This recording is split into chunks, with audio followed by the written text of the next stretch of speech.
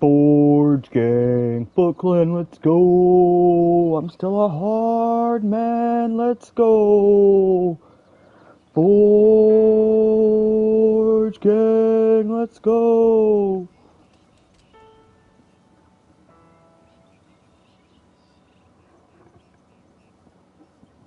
Alright, that's good.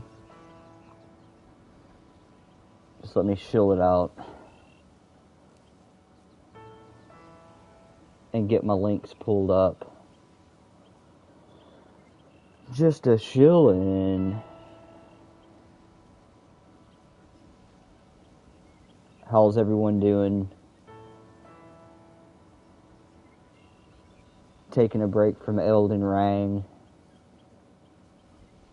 Blood evening, good sir. What's up, Tree Master Bob? Let's go! Can't say Mernin, but if I can say Mernin to anyone in the game, I'll definitely try to Mern. I'll definitely try to Mern there, pal. I was watching the new Godzilla vs. Kong movie, and it was I think the other two were better. Maybe even the last three were better. And this one's just kind of, I don't know, predictable, and it put me to sleep, so let's see.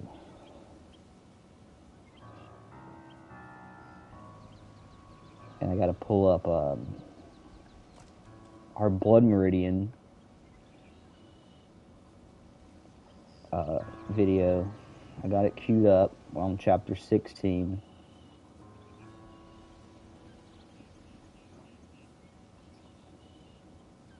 But yeah, just give me a second. Only got a few more places. Someone was... Oh. Okay. The Gamer Sanctum. Okay.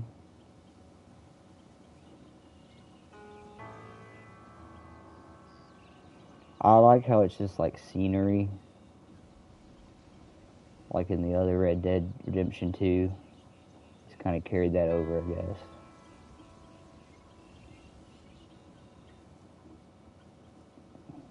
Right here.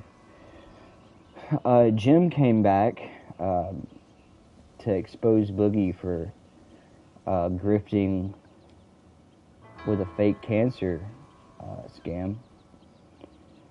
As Jim grifts people with a fake cancer scam, and then Boogie said he was going to leave the internet forever or something, and then he stripped down completely nude to try and get the channel struck down or something. Oh, Telegram, that's it. Alright. Hardcore. Because I'm a hard man, let's go! It is a die you drink stream, as all Red Dead Redemption 2 and Blood Meridian streams are. Unfortunately, I can't play first person like I can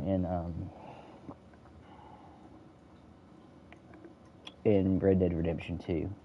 But it's a completely separate game, completely separate everything. RDR2 is great for just roaming around and hunting. Yeah, it's pretty, I mean, I like it. It's not, like everyone thought, I guess, it was going to be basically Blood Meridian, and it's not, but it's still good. Okay, Blood Meridian, I got to disconnect my Bluetooth so you can hear it. We still got 2 hours left on this, so I might just finish this video, and then next stream will be a Red Dead 2 stream with that.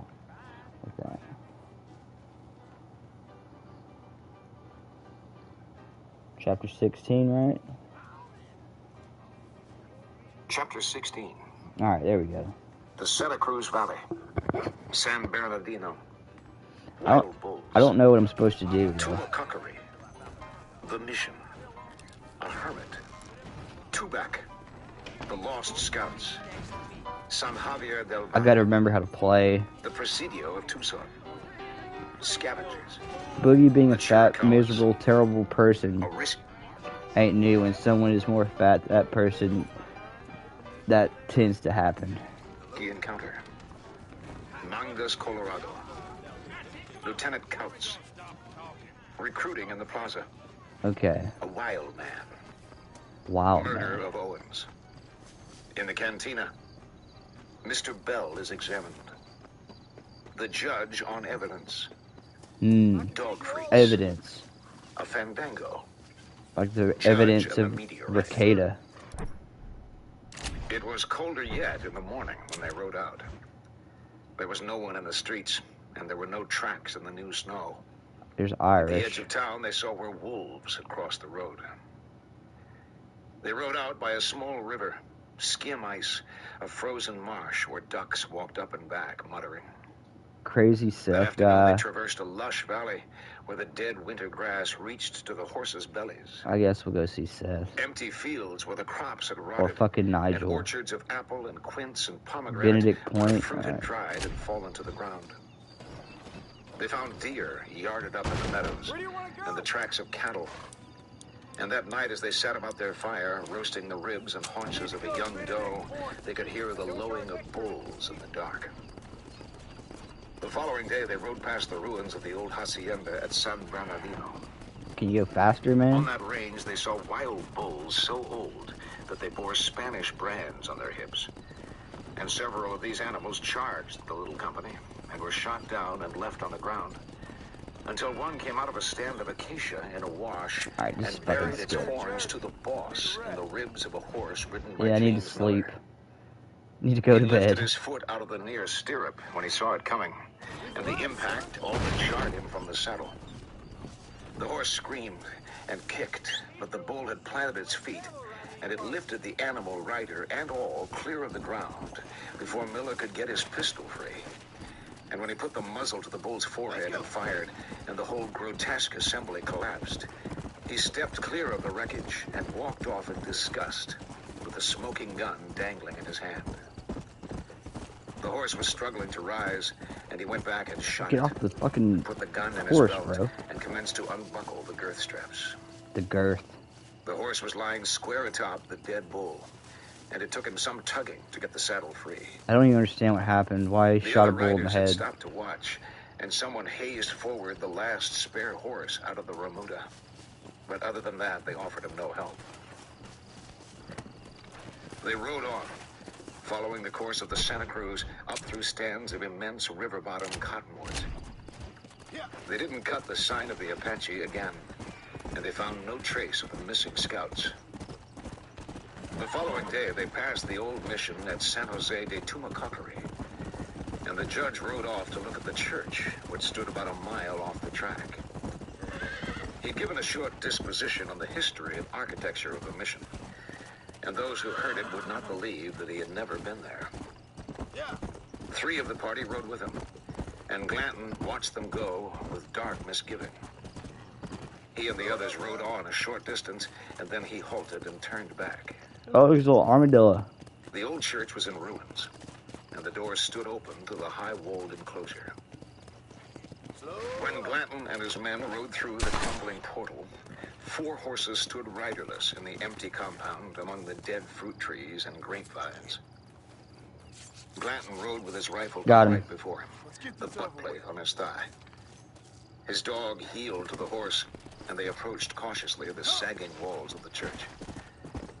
They would have ridden their horses through the door, but as they reached it, there was a rifle shot from inside, and pigeons flapped up. And they slipped down from their mounts and crouched behind them with their rifles. Glanton looked back at the others, and then walked his horse forward to where he could see into the interior. Part of the upper wall was fallen in, and most of the roof, and there was a man lying in the floor.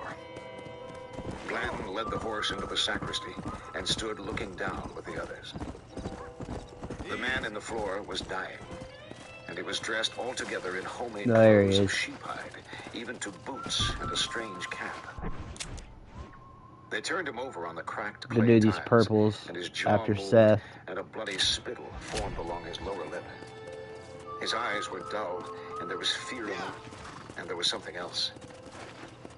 John Pruitt stood the butt of his rifle. John, like John Marston here? To recharge the piece.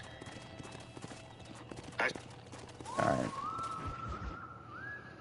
Left the dead. Oh, it's like Didn't that, even see is what it? it fucking Huh? said. Not talking to Seth today? Oh, the old silent treatment. Oh, whoa, whoo. Oh, it's a shoe sniffer. Seth, come back here.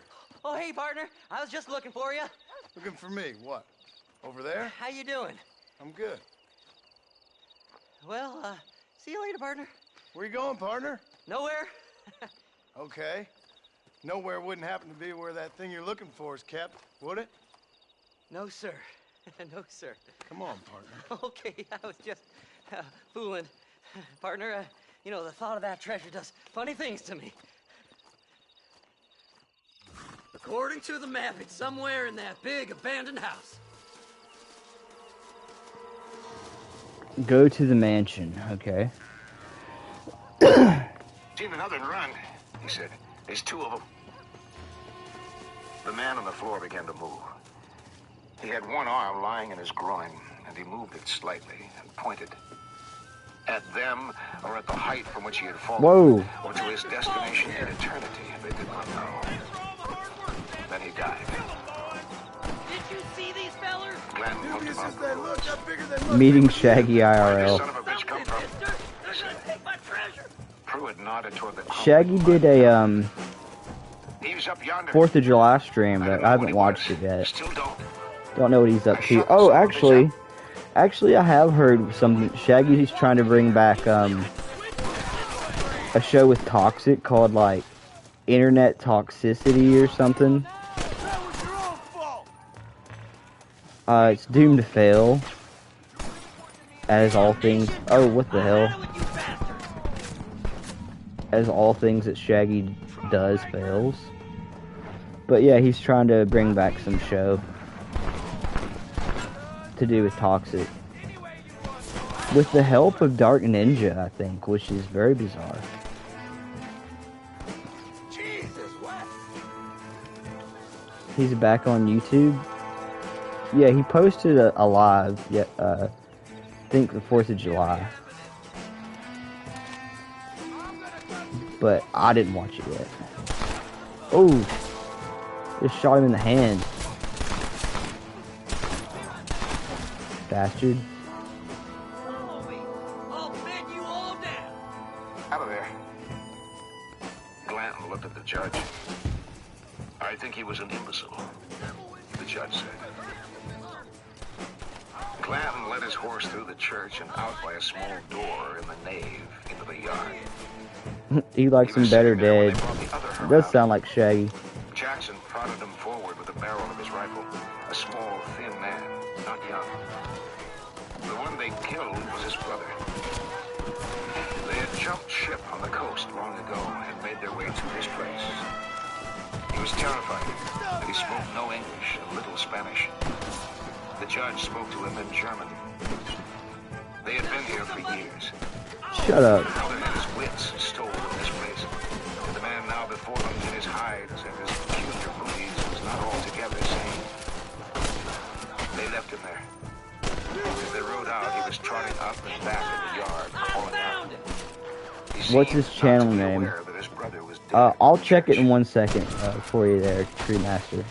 The judge caught Glanton up, and they rode side by side out to the road. Glanton spat.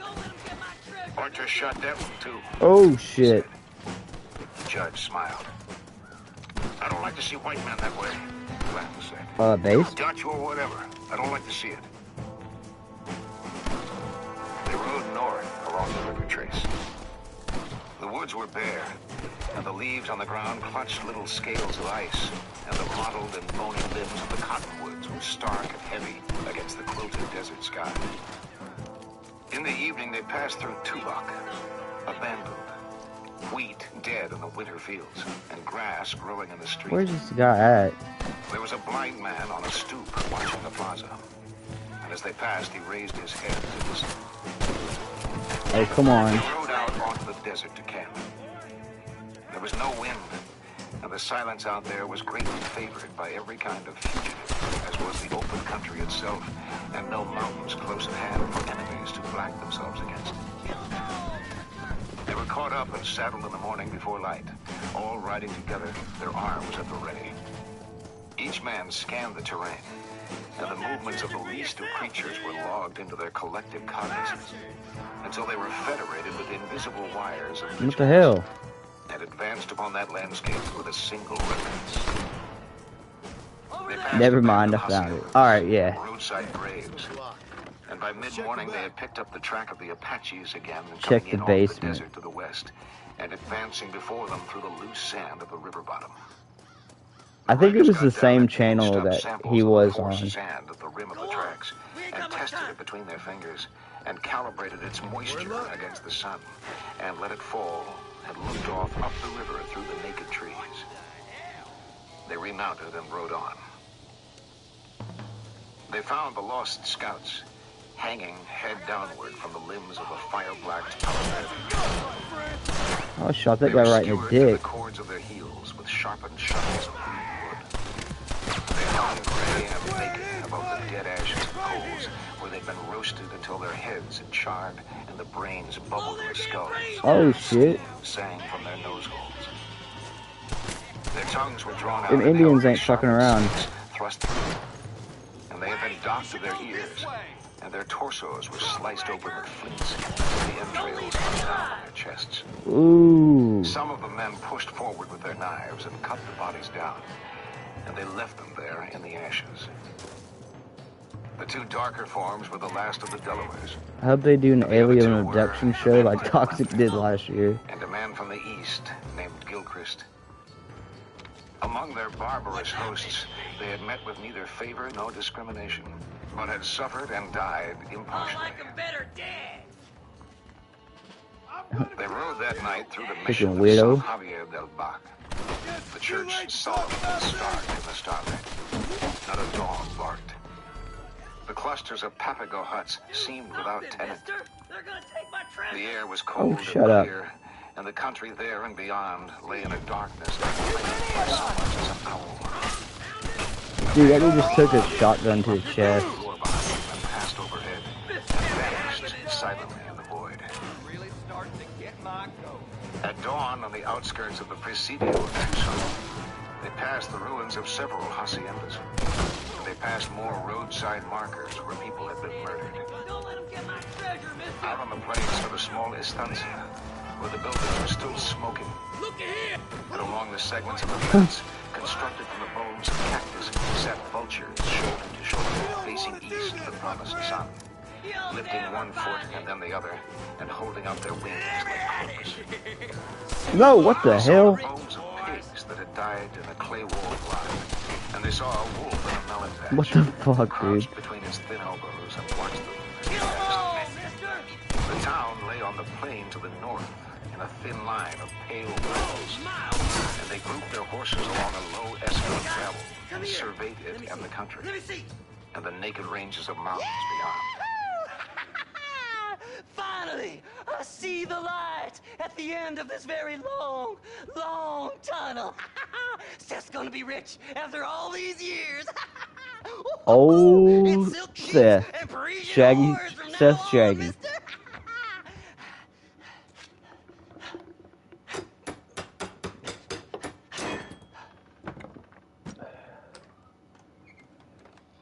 Ain't a damn thing in there, huh? Damn hell is this? A glass eye. I'm sure whoever that belonged to treasured it very much. Oh, John. Liars. Those stupid chicken shit maps. Making a damn fool of me. A glass eye. It's a glass eye. Stop with the tears and help me with Williamson's gang. And you can You come up with dumb another bastard. excuse to go exhume one of your old friends.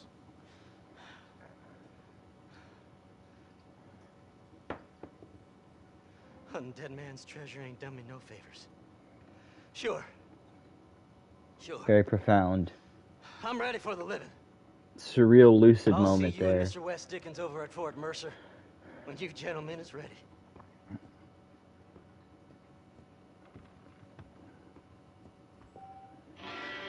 So yeah, we beat Shenmue 3. The Shenmue trilogy is over. It took us a whole year to beat it, but you know, it was a slow burn. It was a slow burn. We got a gambling problem at one point. He got a bunch of people on to talk about their abduction stories and would call them liars and start shit. Yeah, I remember that. I kind of vaguely remember that, Tree Master. Like they'd be like telling their story and he'd just be like, "Nah, you're fucking around," and like we're like, "What the fuck?" All right, so we need to go see the snake oil salesman, Nigel West Dickens. But let's go see what the funny man is first. All right. The stones of the desert lay in dark tethers of shadow, and a wind was blowing out of the sun where it sat squat and pulsing at the eastern reaches of the earth.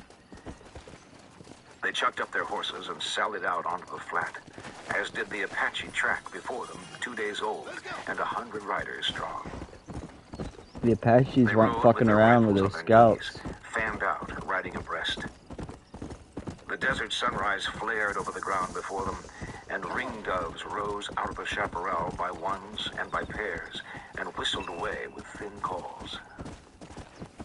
1,000 yards out, and they could see the Apaches camped along the south wall.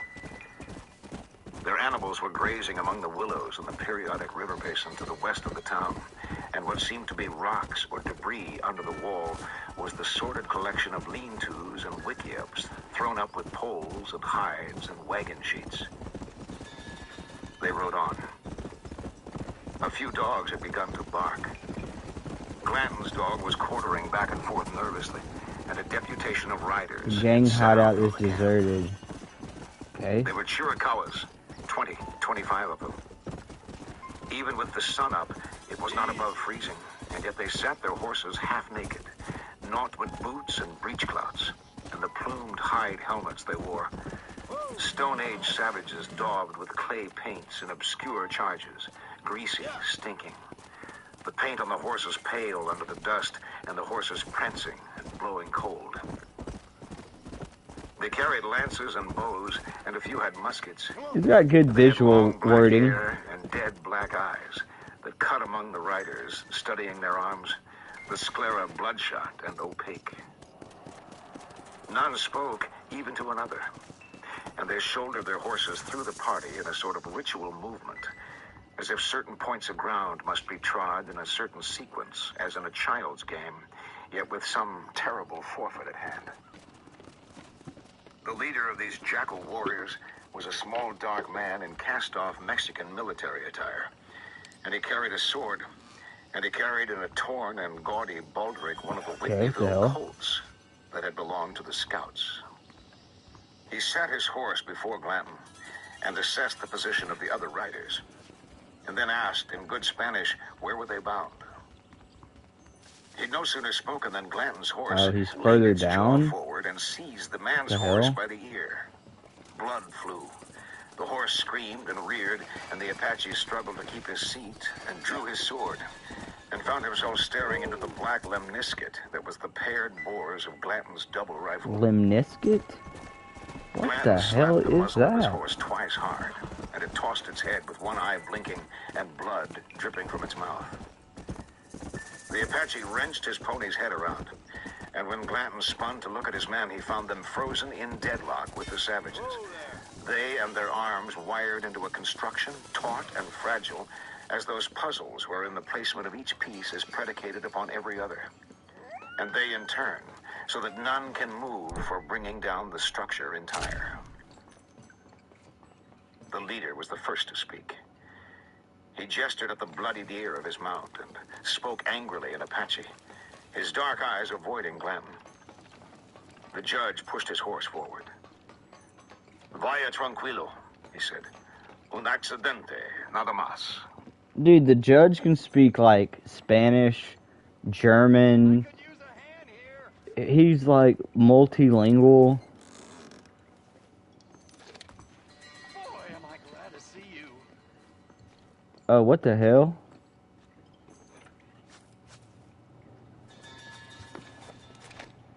Jimmy, I didn't know you were a miner.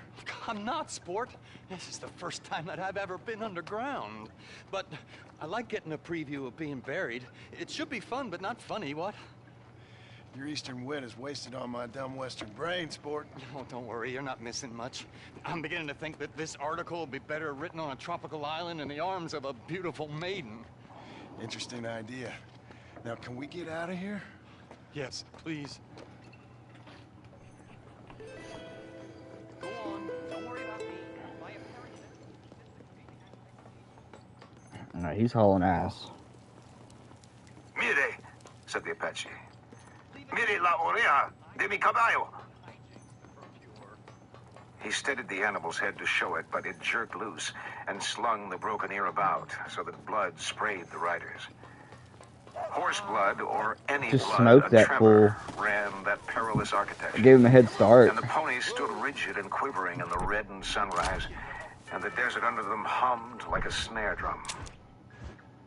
The tensile properties of this unratified truce were abused to the There's no utmost auto of their run in fury this one, though. when the judge stood slightly in the saddle and raised his arm. 2, and they spoke added out a auto greeting run. beyond them. Another 8 or 10 mounted warriors had ridden out from the wall. Their leader was a huge man with a huge head, and he was dressed in overalls. There's gonna be cut off like at some the knees to Apache accommodate the desert legging showdown, tops of his apparently. moccasins. And he wore a checked These shirt and a Indians. red scarf. He carried no arms, but the men at either side of him were armed with short-barreled rifles. And they also carried the saddle pistols and other accoutrements of the murdered scouts. As they approached, the other savages deferred and gave way before them. Horsey. The Indian whose horse What's had been up, bitten Bronx pointed out this Beats? injury to them. But the Let's leader only nodded go. affably. Did you see Boogie He get turned his naked? mouth quarterwise to the judge, and it arched its neck. And he I know said you it love low. that Boogie. Buenos dias, he said. De donde viene? The judge smiled and touched the withered garland at his brow, forgetting possibly that he had no hat. No. He presented his Oh, chief Jim came grandly, back very from formally. faking cancer to Introductions were exchanged. uh The man's name was Midas, expose and Boogie he was for cordial and spoke faking his Spanish cancer. well. When the rider of the injured horse again put forth his claim for Booga. consideration, Yes. this man dismounted and took hold of the animal's head Yes. and examined it. He was bandy-legged for all his height. and Que was se strangely va se proportioned. saca. He looked up at the Americans, and he looked at the Oh, other riders, shit. and waved his hand at them. Mr. West Dickens! Ah, Mr. Marston. How wonderful to see you, sir. How wonderful. He got more chins than than a Nearly, Chinese sir. phone book. Nearly, sir. I just need some cash to get some extra hardware. I fitted saw to some my little. own I didn't even know what that show was until What? today. Never mind, sir. Apparently, I can only Keemstar's on presume it. that you have Kill a not Keem. enjoyed the benefits of a classical education, so I will not take Kill a umbrage if some Diddler of my allusions star. sail over your head, sir. I won't pretend to understand you, but I will endeavor to make you understand me. Either we do Boogie this is right sleepy now, time. or I put a bullet in you and get on with my day. Oh, now this is You getting a good. violent man, Mr. Marston, but I did not think you were a stupid You're a one. violent We need man, money to eh. outfit my carriage, to turn a simple tradesman's vehicle into something more subterfuge. And I'm about to tell you how we are going to gain said cash. Now I know that Oh, you shit. ride very well. So come, sir, to Rathskeller Fork. Huh? Follow me, John. It's not too far to Rathskeller Park. Ride to Rothskeller Fort. Okay. Andale, he said. Andale. He turned to Gladden. So how are you, John? Ellos son Okay, all amigables. things considered. Oh, they're gonna be hopefully we talking. can get through the day without running into another army of your satisfied customers. Onwards and upwards. I refuse to let the blind stupidity of the proletariat derail my calling in life. Nothing blind about it. I'd say they saw right through you. Before knowledge comes doubt, my dear boy. Everybody knows you're as crooked as a dog's hind leg, West Dickens. I resent that implication, John. I wasn't implying. John! I was telling. If you're such a successful businessman, what are you doing living in a Oh, cave? but yeah, like You're normally Willie after I beat Dickensian, Shimmy, isn't it? I would You play said Heavy so. Rain. Are you familiar with the But concept since I of beat Heavy universalism, Rain, John? I'm I have to go do a new David Cage game, and I was going to do Detroit Become Human, which I will. But Hoplite Official requested Beyond Two Souls like 3 years ago, and so I'm going to play that next, because I've never played it before, so it'll be like a blind playthrough of a David Cage game. The last game with Ellen Page's tits in it, before she cut her tits off, became a man. I appreciate your help, but I've just about had it with all your schemes. You need to realize what's at stake here. I know, John, I know. Just win this race. The last known sighting of Ellen Page's tits.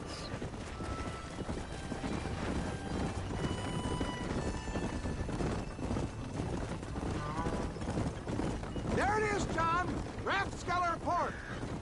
All right.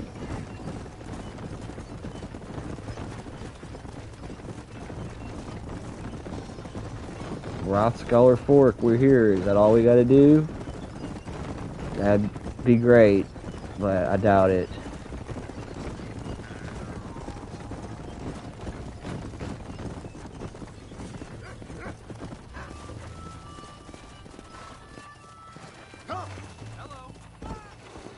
Line up at the start position. Huh? What? Horsey race. Gentlemen, this will be a fair race. No shooting, stabbing, cliff pushing, rock throwing, cactus grinding, neck lassoing, setting fires, or other acts that causes a rider to unfairly lose his weight, or bleed heavily, or black out. Get yourselves ready. Set. Go. Oh, okay. It's like Mario Kart, but in the West.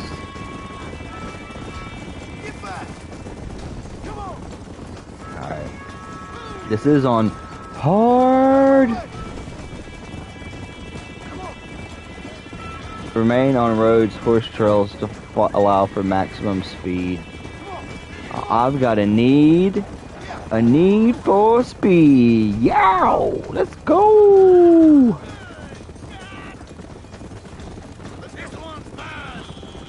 Look at that. You know what they don't have in Rocket League, Bronx? Horse car.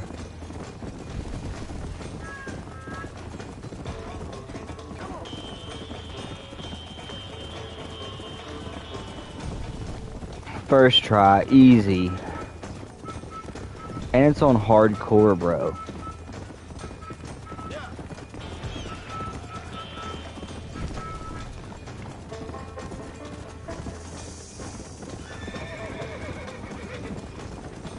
That guy just hit like a wall or something. Oh no, I just hit it. No!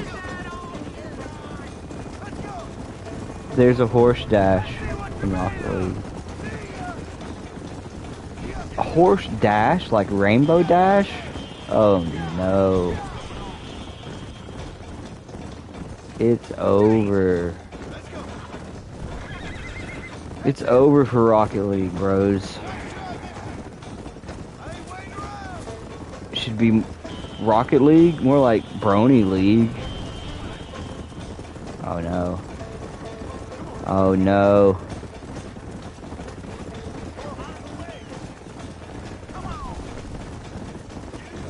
Take that, you bastard.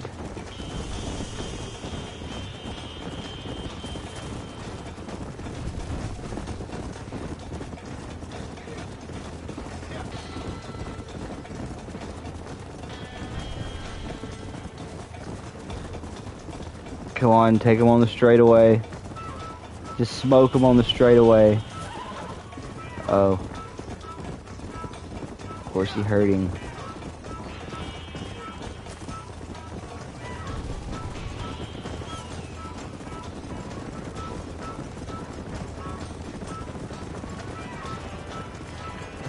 Horsey, go, horsey, go!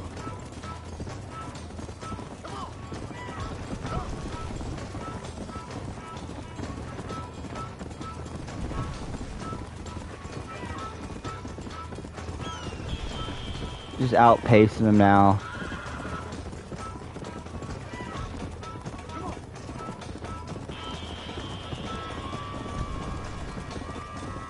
just wreck their whole life. Their farm is mine now.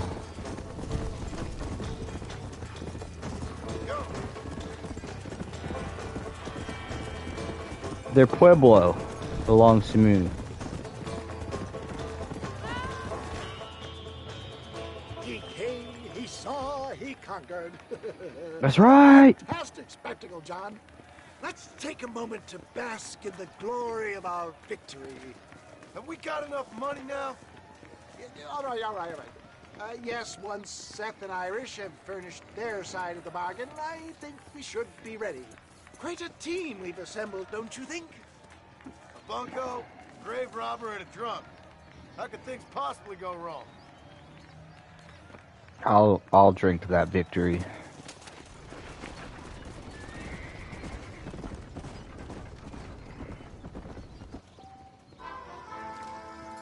All right. There's a question mark over here.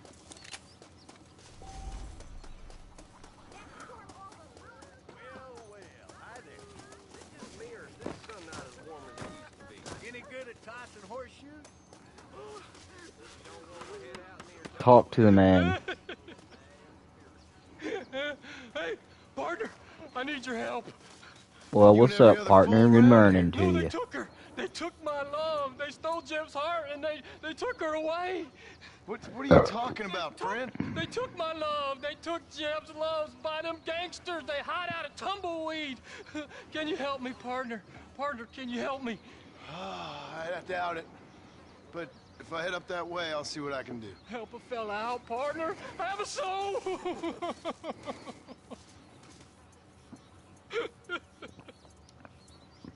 Do y'all want to go look for Jeb's love? Should we go look for Jeb's love? Oh, this negress is she a negress? No, she's white. She wants to play horseshoes. She looked like a Negro for a second. How about $5?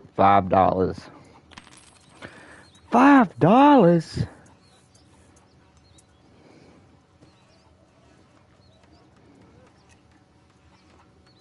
Well thrown.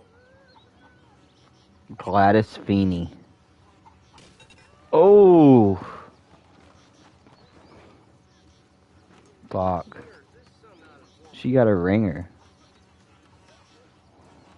I don't even remember how to do this. This is how you do that. Okay. Aim camera.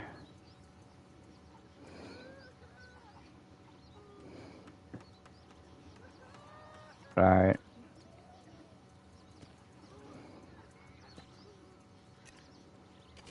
Holy fuck, that was awful.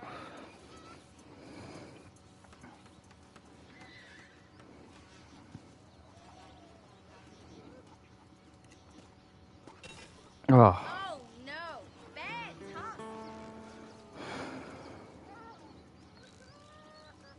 Okay. You must win by 2. Gladys Feeney wins 1 point with the closest horseshoe. Alright.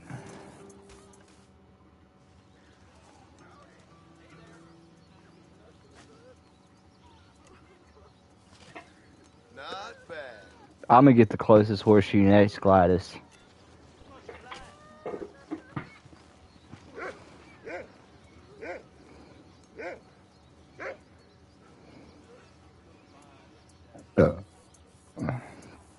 Alright. Damn it. Too much. Too much on it there.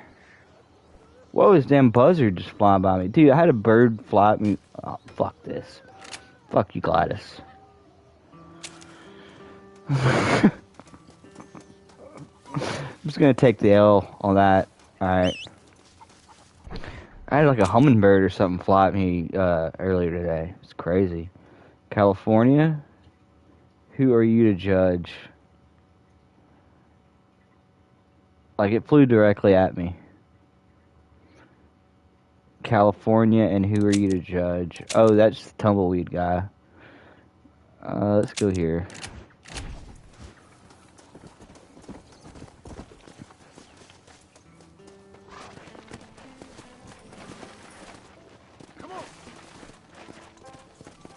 But yeah. Saloon. Well, it's not a saloon anymore. Is it? I wonder if you can go in.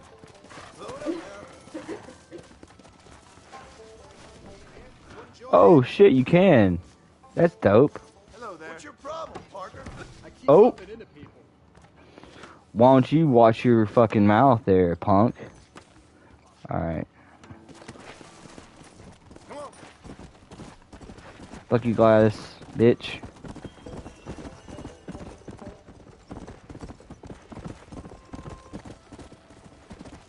Oh, okay. I'll go back to this now. Poco borracho, nada más. Let's go. The Forgot. Apache riders had begun to extricate themselves from among the Americans like men backing out of a thorn thicket.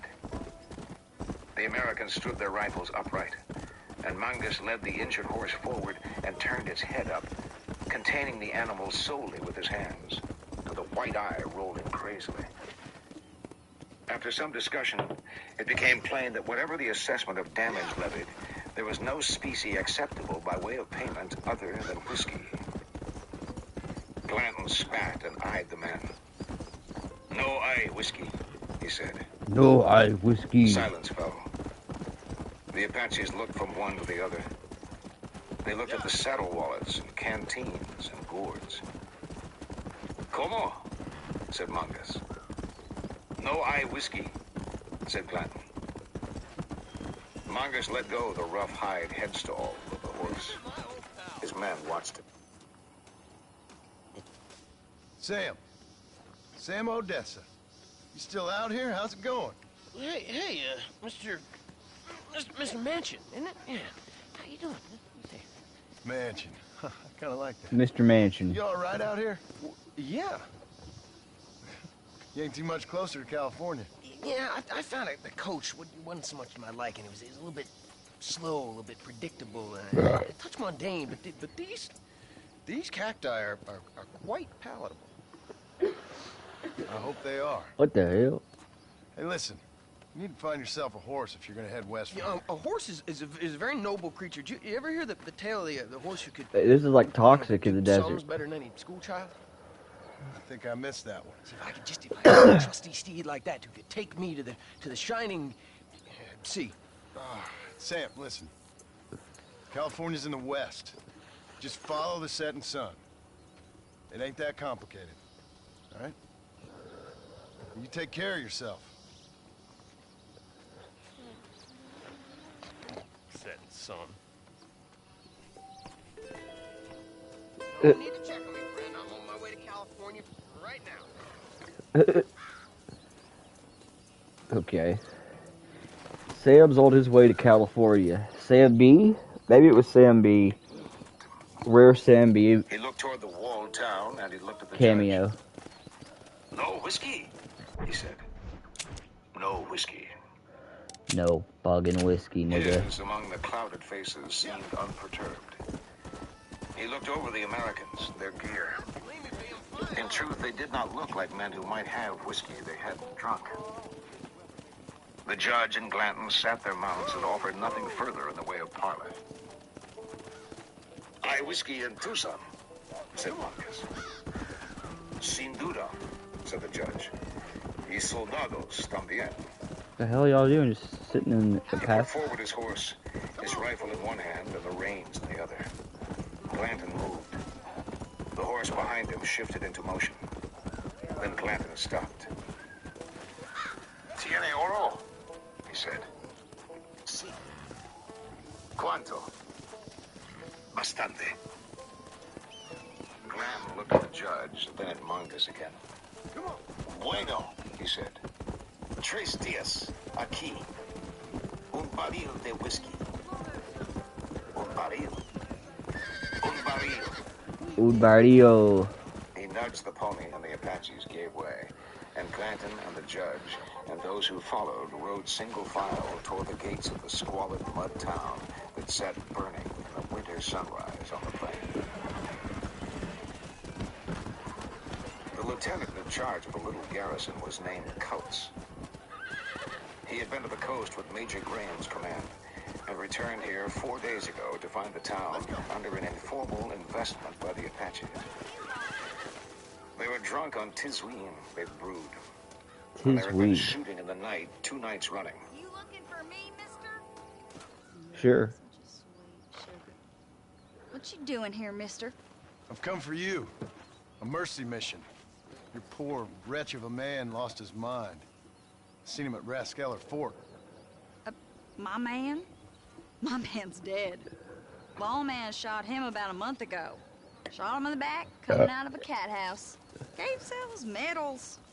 Just like I gave myself to that poor bastard. Unless you've been to hell, you ain't seen no man of mine. Then where is she? Who? Jeb's girl. Who's Jeb? Creepy kind of guy. Short black hair, mustache. Oh, my, oh, my. This is Lucy. This is Jeb's girl. You dumb fool. Oh, shit. Took it off him about a week ago. Then you better come with me. Yeah. We better get her back to her man, huh? You gonna made my day. I don't know, do we want to bring the horse back to Jeb, or what is he doing to the horse? On, man. All right, follow me.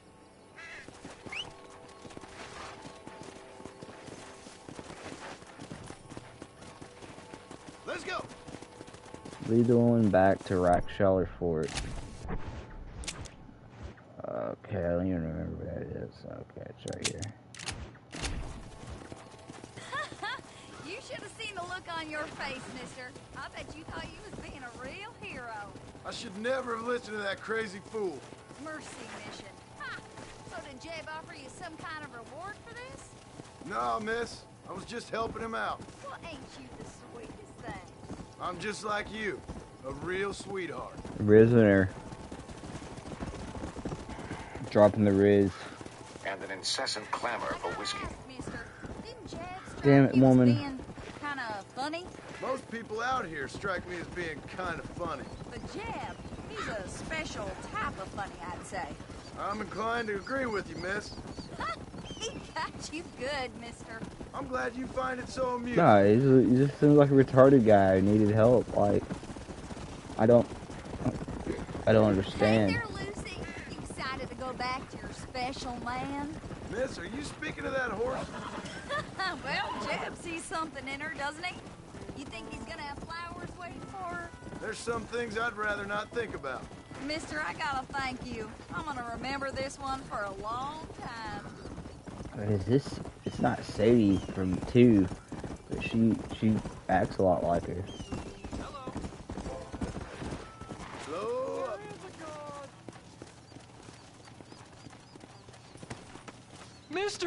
Mister, you found her, mister. Oh, I found her all right. Come here, girl. Come to daddy. Oh, you're so beautiful. So strong, yet such a lady. I long to hold you. I missed you so much. You got problems, friend? Oh, I ain't got no problems, not now that she's back with me. Oh, I remember a cold night that we spent together. Every night's been cold without you, my sweet thing. What the? I thought I was sick in the head. I told you he was funny, mister. Life out here does that to people. Oh. I should know. My daddy kept goats. What the? Okay. Me and Lucy got some catching up to do. Who are you to judge?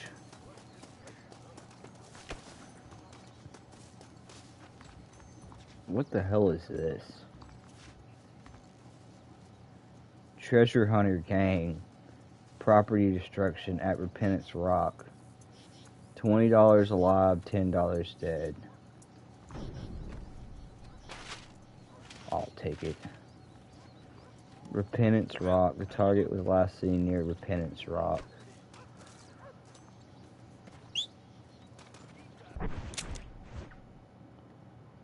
Oh, that's not that far.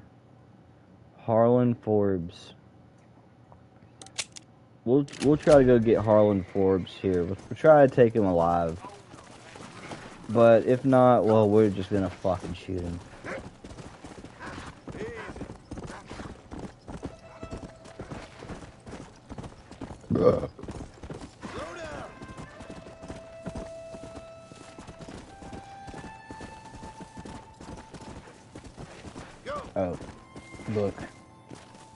Patterson had a 12-pound demi-culverin loaded with musket balls mounted on the revetment.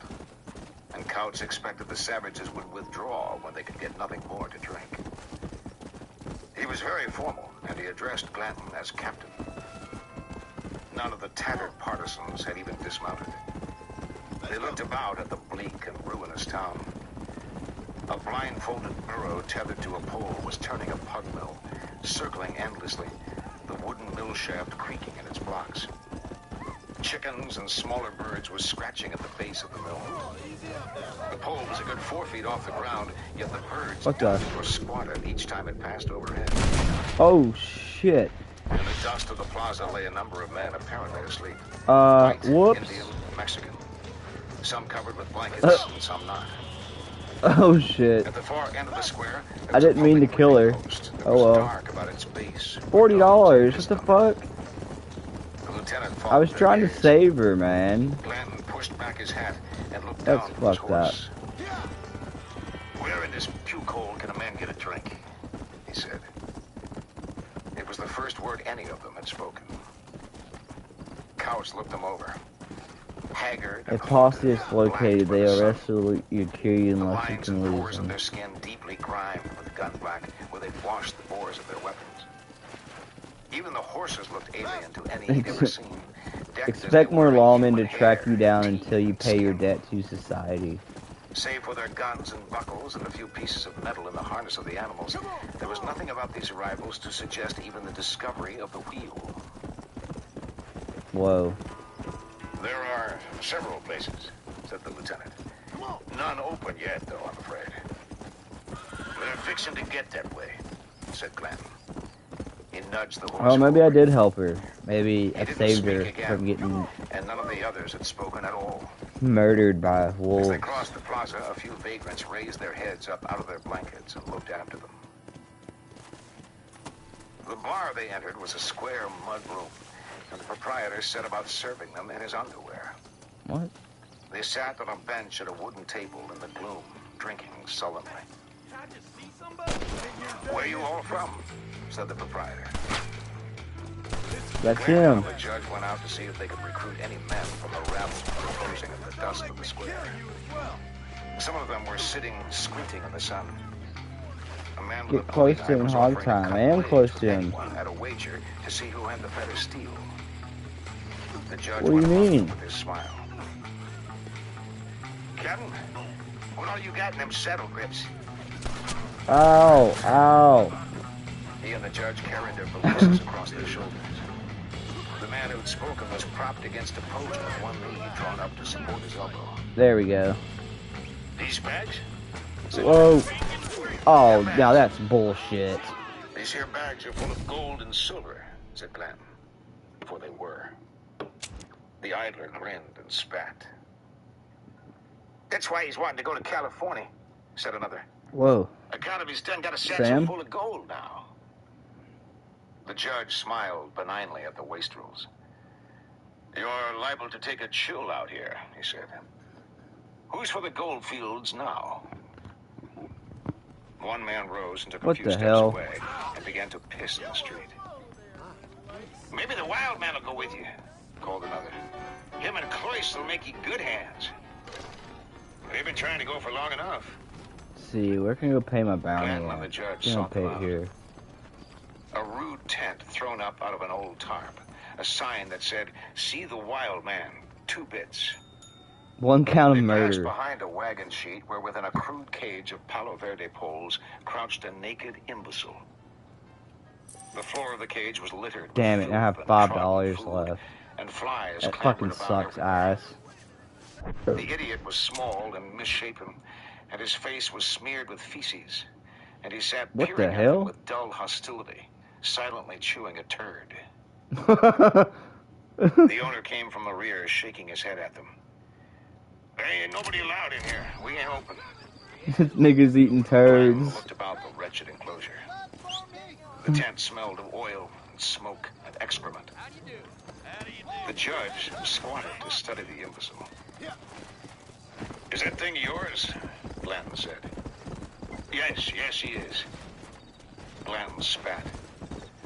Man told us you was wanting to go to California. Well, It makes me want to go do the California yes, mission that's right. now. That is right. What do you figure to do with that thing? Take him with me? How you aim to haul him? Got a pony and cart to haul him in? It's back here. You got any money?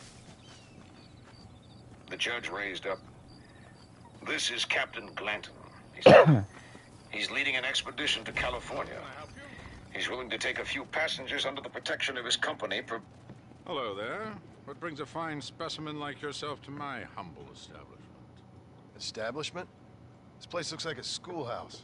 Such limited thinking. Have you not seen the future, my friend? We make dreams! Are you not a devotee of the cinematic arts? Arts is Tina? what you call it? Granted, I only have a poor imitation of the true Nickelodeon. What the? That is why I am to build my new film studio and make New Austin, with its cheap land and fine climate, the second center of the motion picture industry. Hell, a couple good years now we'll be here. I'll produce adventure stories, as well as melodramas for the ladies, and even some fantastical shorts for children, young and old. Heard there's an old ranch ripe for exploitation just north of here. Apparently the owner is a frequent lover and loser at the Liar's Dice tables over at Thieves' Landing. If you could do me the favor to wrest control from him, I'd reward you quite highly. A career in the arts awaits. The hell? I'll see what I can do. Some Not much slime of a ball. high-stakes gambler, and movies seem like drivel. Drivel? No, sir. We speak to a man's soul. Listen, if you run But into you a chap speak to named these nuts? Spatchcock, tell him to get back to work. Who? Spatchcock. Trained as the finest gunslinger and hero in motion picture history. Then the fool began to believe it was for real. And now he's run off to become a gunslinger. Oh, now it's real. Heard he's in Benedict Point. Fool will have himself killed if you don't help. If I see him, I'll tell him. A producer credit awaits, sir. Whatever, you fag. Alright. Go to Thieves' Landing Saloon and play Liar's Dice. Maybe later. I don't think I'm gonna do that right now. I wanna go back and kill this guy. So I need to go to Benedict Point, where that guy just said some nigga was. Maybe we'll go talk to Sam again. Alright. Go to the stagecoach.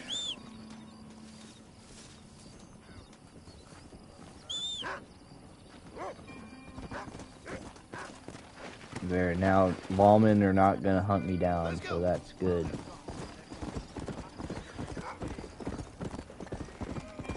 Provided they can find themselves adequately. Well, now, yes. Got some money? Come on. How much money are we talking about? How much have you got? Said Glenn. Well, adequate, I'd say. I bet you I don't even have enough money. Glenn studied the Watch me map. not have enough money. I'll tell you what I'll do with you, he said. 11 Are you bucks. wanting I to only go have to 5 California, bucks. Or are you just mouth? California, said the owner. By all means. No, come back. Carry you for $100. Fuck. Paid in advance. The man's eyes shifted from Glanton to the judge. The hell? Maybe I can sell I'd something. like some of having that much, he said. We'll be here a couple of days. Forge You gang, find let's us some more fares, we'll go. adjust your tariff accordingly. What's up, Warhammer? Let's go, bro. The captain will treat you right. I'm a said the hard judge. man. Let's Be assured go. of that. Here we go. Yes, sir, said the owner. Your cash. As they passed out by the cage, Glanton turned to look at the idiot Oh, I again. have 60 bucks. Okay. You let women see that thing? He said. Well, I don't know, said the... Warhammer, check this out, bro. they just came across like this guy who has like a pet retard who has shit smeared all over his face, and he's eating turds. This nigga eating turds, bro. He deserve more subs and views than Drunken Surfer. Well, it's not a, you know, bro. To me, it's never been about the subs or the views. It's just about the truth.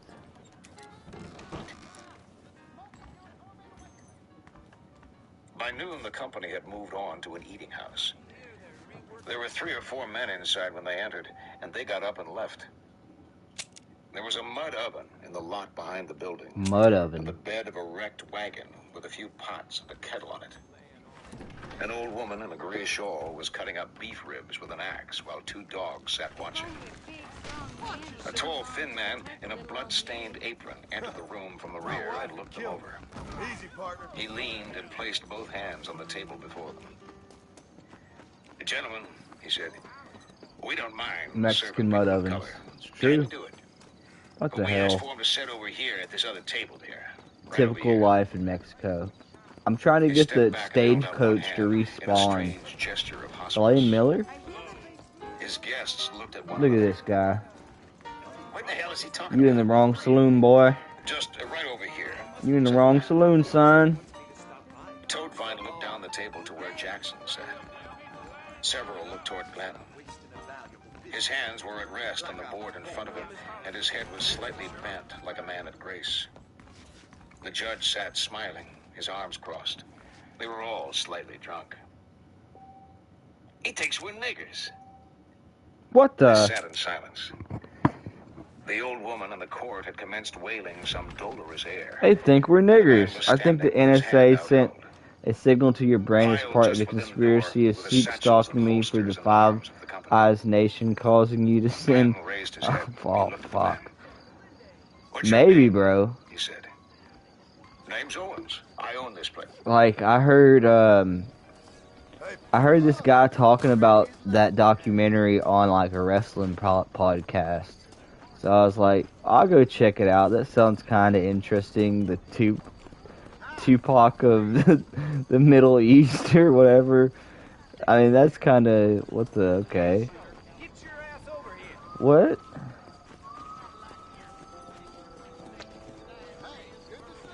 What, nigga? How about I make you famous? All you gotta do is agree to a duel. Die! I accept your duel, bitch. Cause I'm a hard man, let's go! You just another man. Clifton Ledbetter? You have accepted. Press X to skip the tutorial. What's the tutorial? Hard man! To draw your gun, use pull back on R1 to... What? The fuck was that, bro? Dead. Well, I got a drink. Like, the tutorial was shit. Alright.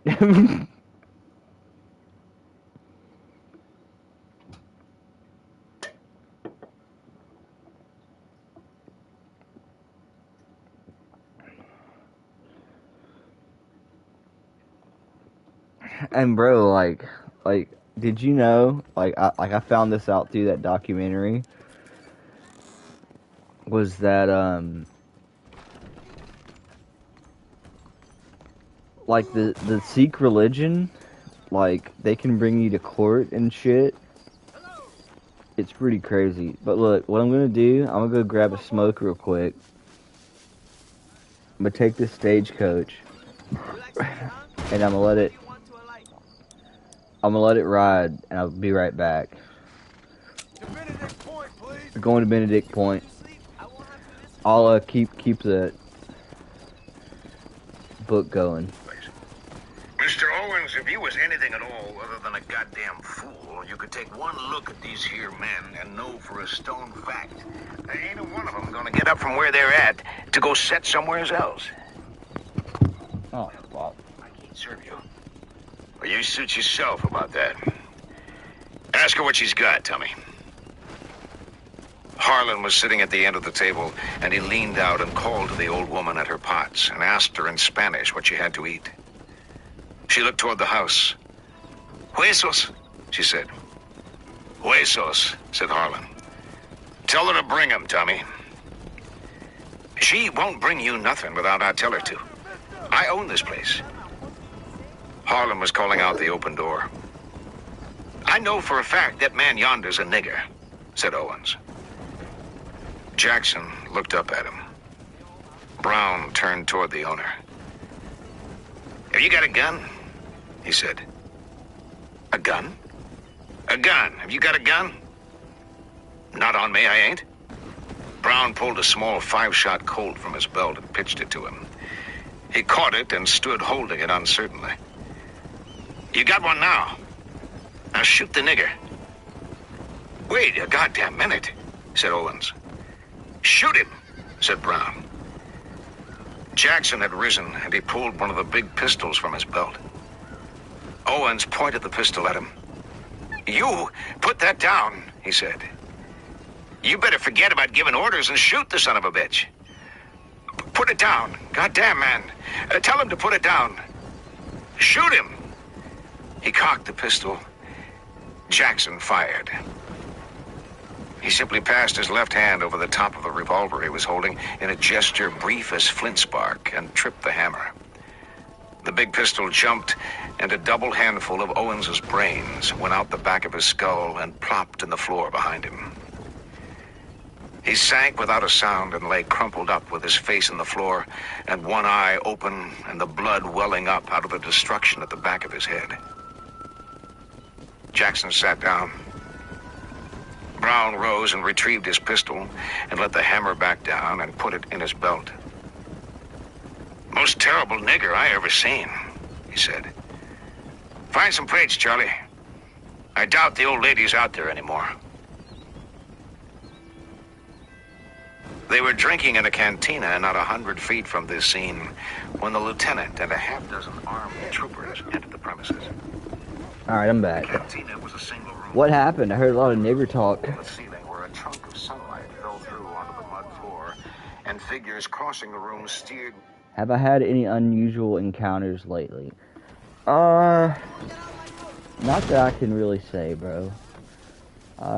Some people that I haven't talked to in years are like messaging me again, which is like out of the blue, you know. But I don't know, like they were like I knew them at one time, so let's go see what Sam's doing. Sam's not gonna fucking press us. That tutorial was shit though. No one gang stalking you like local Mormons, not anymore. They're not chasing me on their bikes anymore, chasing me down, bro. Care past the edge of this column of light, as if it might be hot to the touch. They were a hard-bit denizenry, and they shambled to the bar and back in their rags and skins, like cave folk exchanging at some nameless trade. The lieutenant circled this reeking solarium and stood before Glanton. Being at every grocery store, like after I see him earlier that We're going to day. have to take whoever's responsible for the death of Mr. Owens into custody. Glanton looked up. Who's... So, hey, wait, hold up. Was there, did they shoot the black guy, or did they not shoot, like what happened? You guys need to binge watch Evangeline in your own time. Well, maybe, bro. I'll check it out. I've been wanting to watch, my friend told me about this one called, like, Baki or something. It's like the world's strongest fighters or some shit. Are you sure you're not following me? This is toxic Sam, right we meet here. again. How you doing out here? Why Sam the B. shout? Why the dancing? Why the laughter? I hope I die laughing. I do. Keep this up and you just might. What the hell? My grandfather was a wise man who came from the east. He followed a star. That's still me. I'm still following, still dreaming, still free. There's a lot of Shakespeare and Kierkegaard references. We are above. We are above, and we're free. Sam, you really need to come into town with me. You're not doing so well out here. No. See, I was careless, sir. I understand that now, but I will find me my paradise. I will head west. I will. Come on, Sam. Probably just need a drink. You stay away from me. You stay away. I will find me my California. I will. Okay, you go to California, Sam.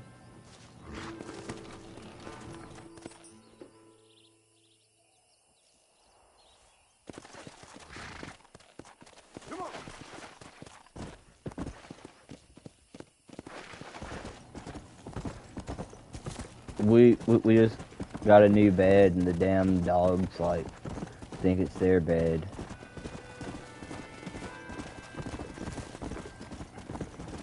I fear I will soon be knocked unconscious and stuffed in the SUV and taken to a detention center run by foreign nationals under the authorization of the government. Here we go. Well, Halen Forbes here, he is pretty much a confirmed federal agent, so we're going to go try and take him in alive as best we can. It was Mr. Owens, he said. Mr. Owens Their is the gentleman UN-run who ran the FEMA eating camp. house down here. He's been shot to death. Sorry to hear it, said Glenn. Sit down. Couch ignored the invitation. Captain, you don't aim to deny that one of your men shot him, do you? I aim exactly that, said Glenn. Captain, it won't hold water. The judge emerged from the darkness. Evening, Lieutenant, he said. Are these men the witnesses? Couch looked at his corporal. No, he said, they ain't witnesses. Hell, Captain. You all were seen to enter the premises and seen to leave after the shot was fired. Are you going to deny that you and your men took your dinner there? Deny every goddamn word of it, said Glenn. Well, by God, I believe I can prove that you ate there. Kindly address your remarks to me. The boy was like a gorilla dressed like a man, or a dead body from a morgue dressed like a... matters. I think you should know, first of all, that the captain does not propose to be called a liar. And I would think twice before I involve myself with him in an affair of honor. Secondly, I have been with him all day. And I can assure you that neither he nor any of his men have ever set foot in the premises to which you allude.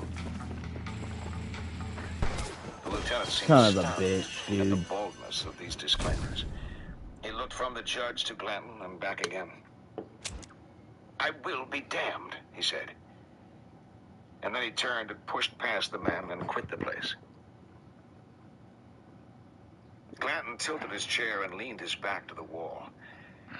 They had recruited 2 men from among the town's indigents, an unpromising pair that sat gawking at the end of the bench with their hats in their hands. Glanton's dark eye passed over them and alighted on the owner of the imbecile, who sat alone across the room watching him. You drinking man, said Glanton. How's that? Glanton exhaled slowly through his nose. Easy, partner. Yes, said the owner. Yes, I am. There was a common wooden pail on the table. Did Rudy Coleman and Dymo 10 have a dipper debate last May? It was about a third full of wagon yard whiskey. Oh, I have no drawn idea, off bro. From a cask at the bar. Did they? Glanton nodded toward it. I ain't carrying it to you. The owner rose and picked up his cup and came across to the table. He took up the dipper and poured his cup and set the dipper back in the bucket. He gestured slightly with the cup and raised and drained it. Much obliged. Where's your aid Oh, bag? Meredith told me about it. They might The have. man looked at the judge. Might have been a He couple looked at years Glanton ago. again. I don't take him out much. Where'd you get that thing at? He was left to me. Mama died. I'm gonna grab something There real was nowhere to fast. take him to raise. They shipped him to me, Joplin, Missouri. Just put him in a box and shipped him. Took 5 weeks. Didn't bother him a bit. I opened up the box and there he sat. Get you another drink there. He took up the dipper and filled his cup again. Big as life. Never hurt him a bit. I had him a hair suit made, but he ate it. Ain't everybody in this town seen the son of a bitch? He's talking about the retard. Yes, they have. I need to get to California. I may charge 4 bits out there. California. You may get tarred and feathered out there. I've been that. State of Arkansas. Claimed I'd given him something, drugged him. They took him off and waited for him to get better, but of course he didn't do it. They had a special preacher come and pray over him. Finally, I got him back. I could have been somebody in this world, wasn't for him. Do I understand you correctly, said the judge, that the imbecile is your brother? Yes, sir, said the man. That's the truth of the matter. The judge reached and took hold of... Oh, bro, I don't blame you for being on high alert. In that documentary, it was talking about the amount of, like, Arab and Sikh crime and some, like, Sikh gangster in Canada in, like, the 90s or some shit. It's pretty crazy.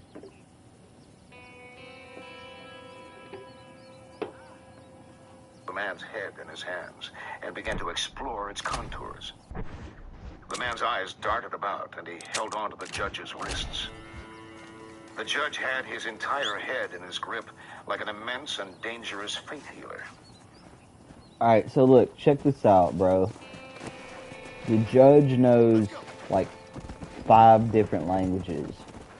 He knows, like, things before they happen. He knows, like, things about alchemy and philosophy and the art of war and all this shit, alright? And this nigga has a dude's head in one of his, like, I guess maybe both of his hands, or one hand. I don't know. I'm gonna go back like 10 seconds to clarify. The man was standing The man's eyes darted up. Alright. The judge reached and took hold of the man's head in his hands and began to explore its contours. The man's eyes darted about, and he held on to the judge's wrists.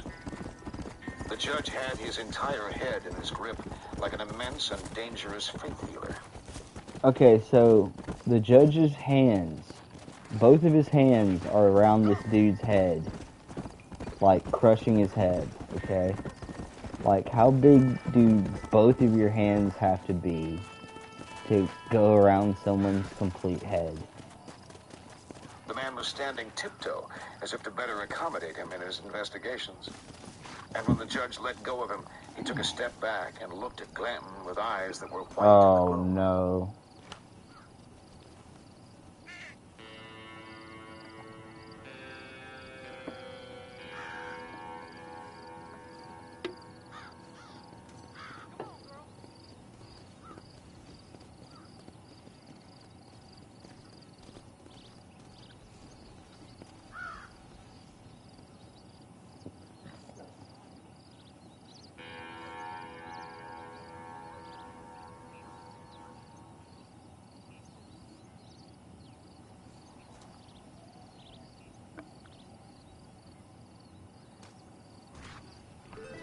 Deliver Sam's letter to Armadillo.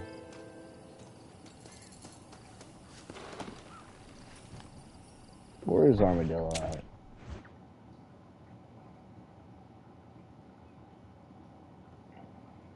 Oh, Armadillo's right here. Alright. I'm gonna do this dude one more time. Then I'm just going to do something else. Fucking. The recruits at the end of the bench sat watching with their jaws down.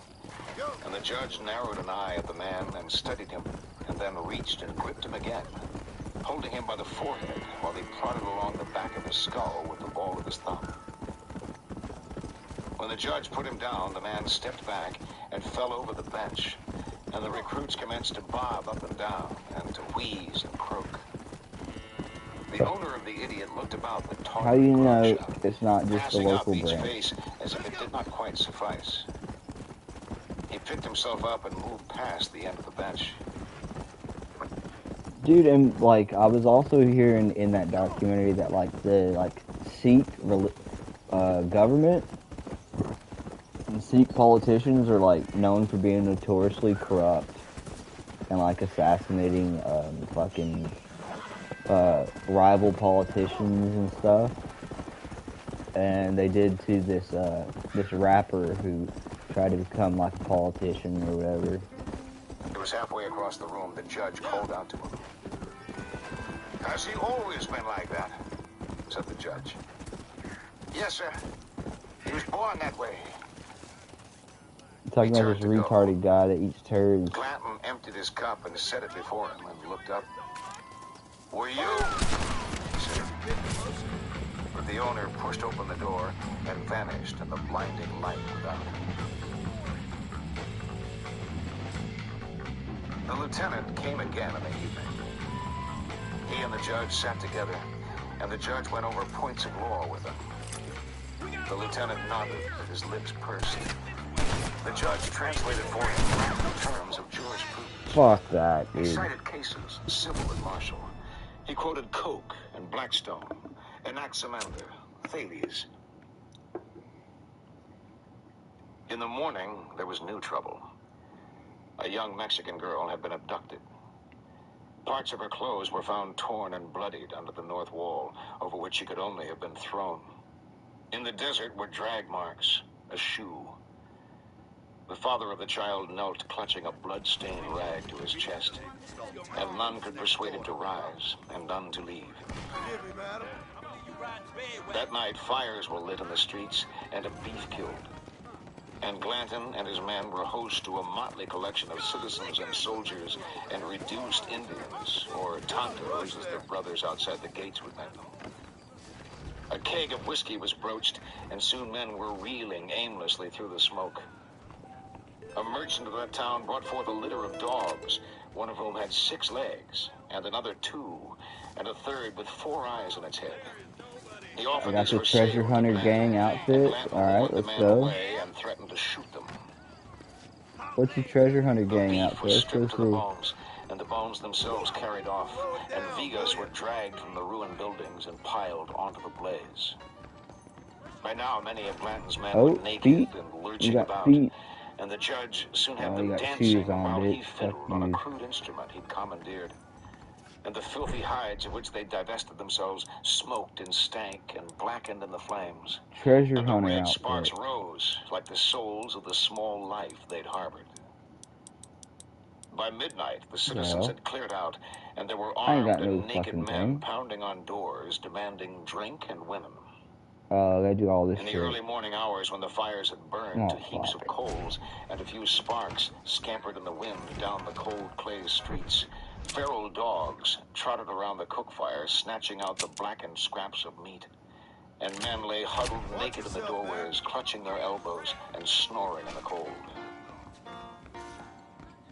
By noon, they were abroad again, wandering red-eyed in the streets. Alright, where do I Fitted out for go? the most part in new shirts and breeches. Henniganstead, They collected Pikes the remaining Basin. horses from the farrier, and he stood them to a drink. He was a small, sturdy man named Pacheco. And he had for anvil an enormous iron meteorite, shaped like a great molar. And the judge on a wager lifted the thing, and on a further wager lifted it over his head. Several men pushed forward to feel the iron and to rock it where it stood. Nor did the judge lose this opportunity to ventilate himself upon the ferric nature of heavenly bodies and their powers and claims. Lines were drawn in the dirt 10 feet apart. Damn it. And a third round I'm of gonna grab wagers was my laid. my chat phone. Coins from Or half a dozen something I can countries read in chat both on. gold and silver, 1 second. and even a few boletas, or notes of discounted script from the mines near Tubac. The judge seized that great slag, wandered for what millennia from what unreckonable corner of the universe, and he raised it overhead and stood tottering, and then lunged forward. It cleared the mark by a foot, and he shared with no one the specie piled on the saddle blanket at the farrier's feet, for not even Glanton had been willing to underwrite this third trial.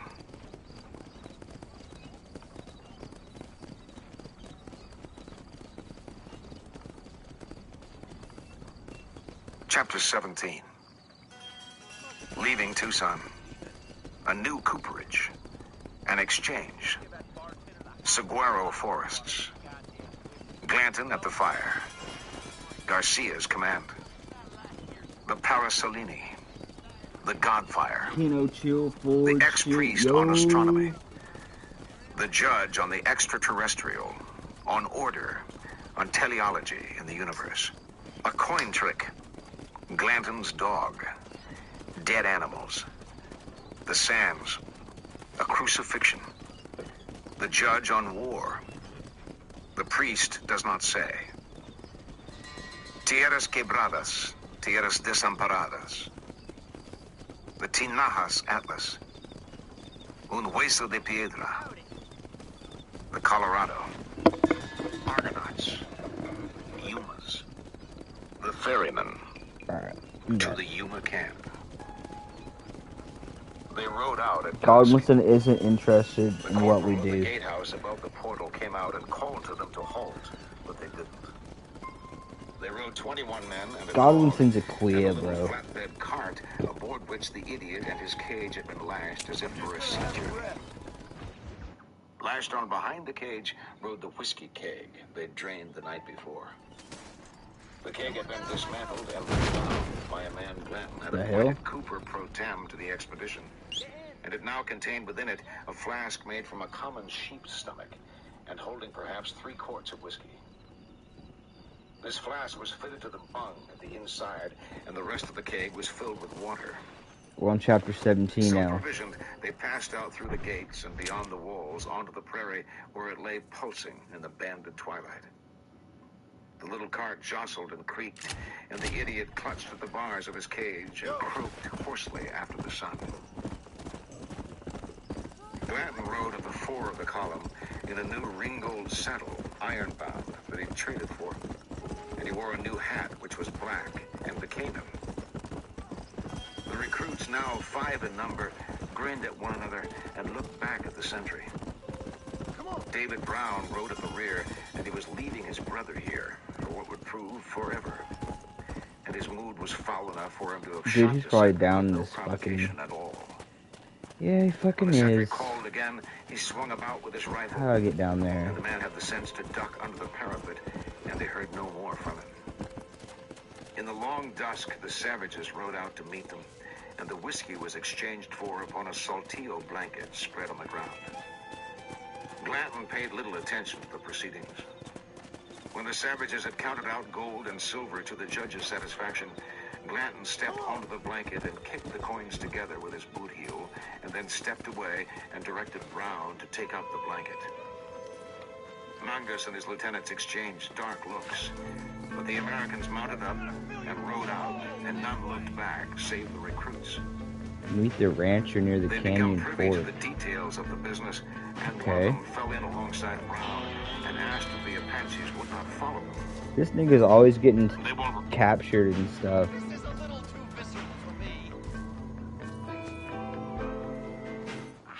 Thanks, sport. You are a true American hero. Right. What are you doing down here? Well, I just thought I'd see a little bit of the local color, you know?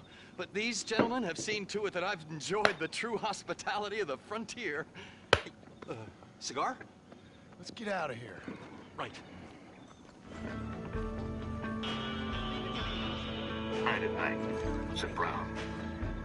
The recruit looked back at the figures gathered about the keg in that scoured and darkening waste. Why won't he said. Brown spat. Because it's dark, he said. They rode west from the town across the base of a small mountain. Move, horse. Strewn with old broken crockery furnace that once been there. The keeper of the idiot rode downside of the trestle cage, and the idiot clutched the poles and watched the light pass in silence. They rode that night through forests of saguaro up into the hills to the west.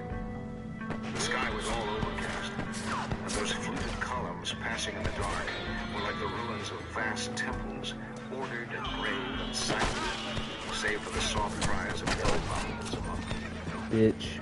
The terrain was thick with cholla, and clumps of it clung to the horses with spikes that would drive through a boot sole to the bones within. And the wind came up through the hills.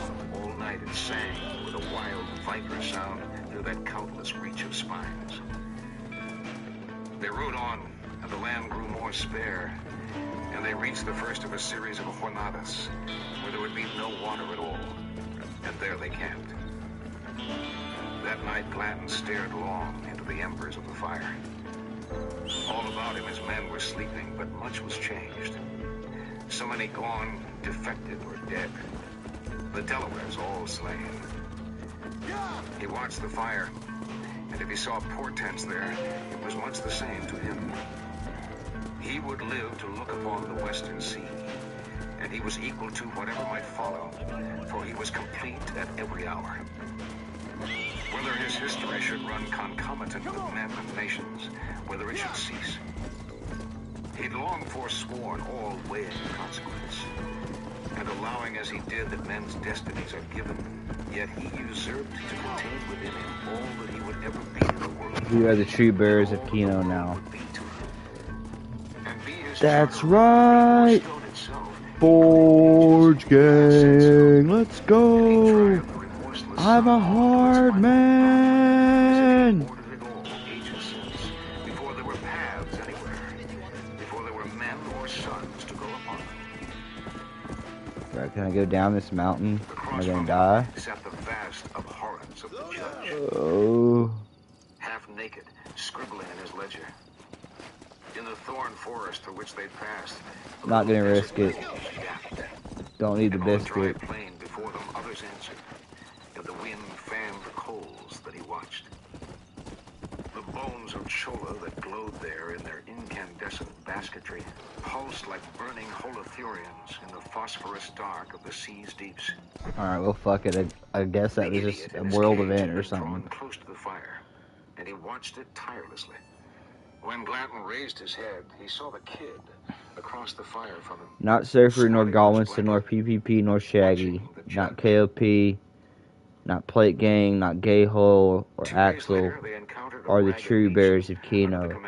Only Forge Gang is the real Kino Corner! It always has been! Let's go! Of these, some were without hats, and some without pantaloons.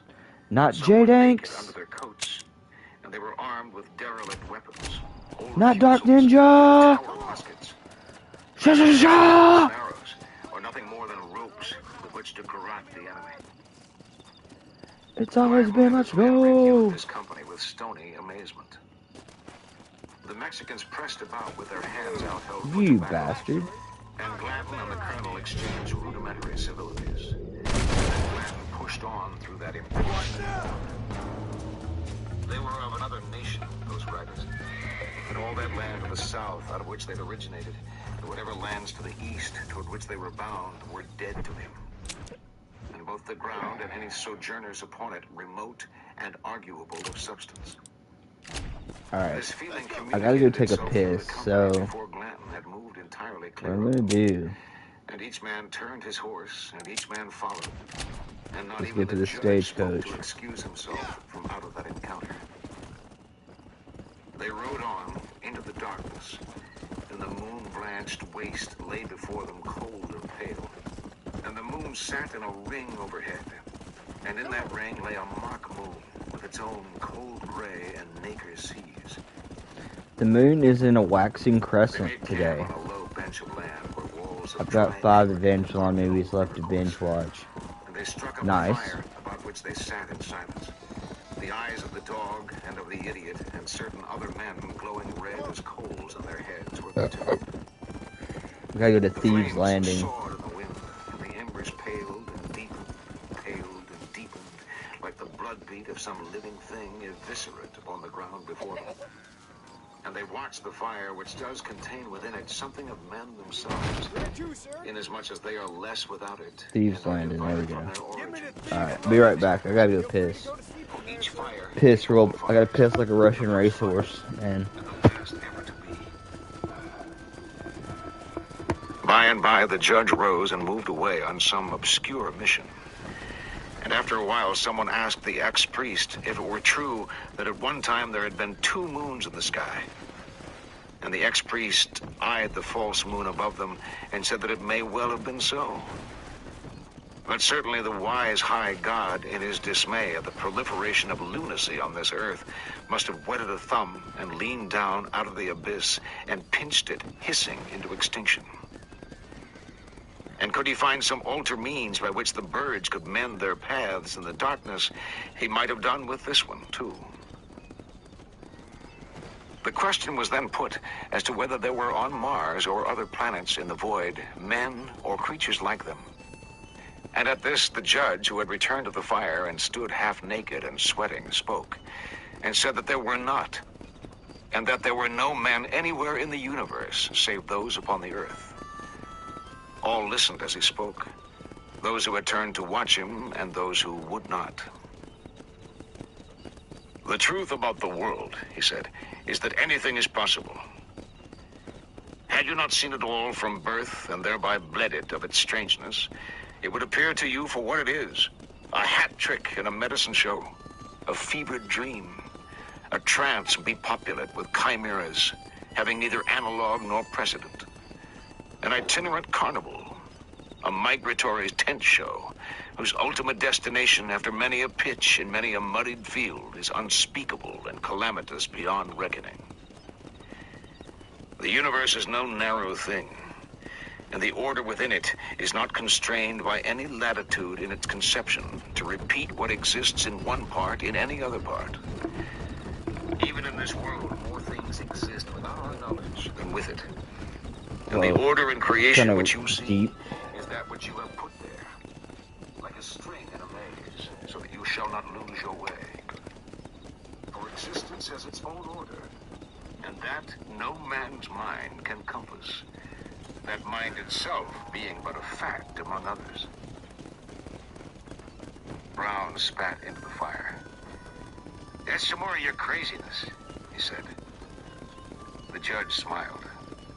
He placed the palms of his hands upon his chest and breathed the night air.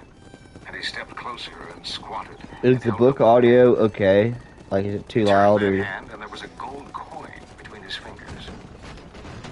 I can't listen to the stream right now. I can just read chat.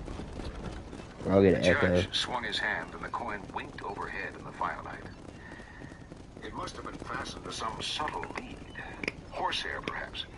For it circled the fire and returned to the judge, and he caught it in his hand and smiled. "The arc of circling bodies is determined by the length of their tether," said the judge. "Moves, coins, men."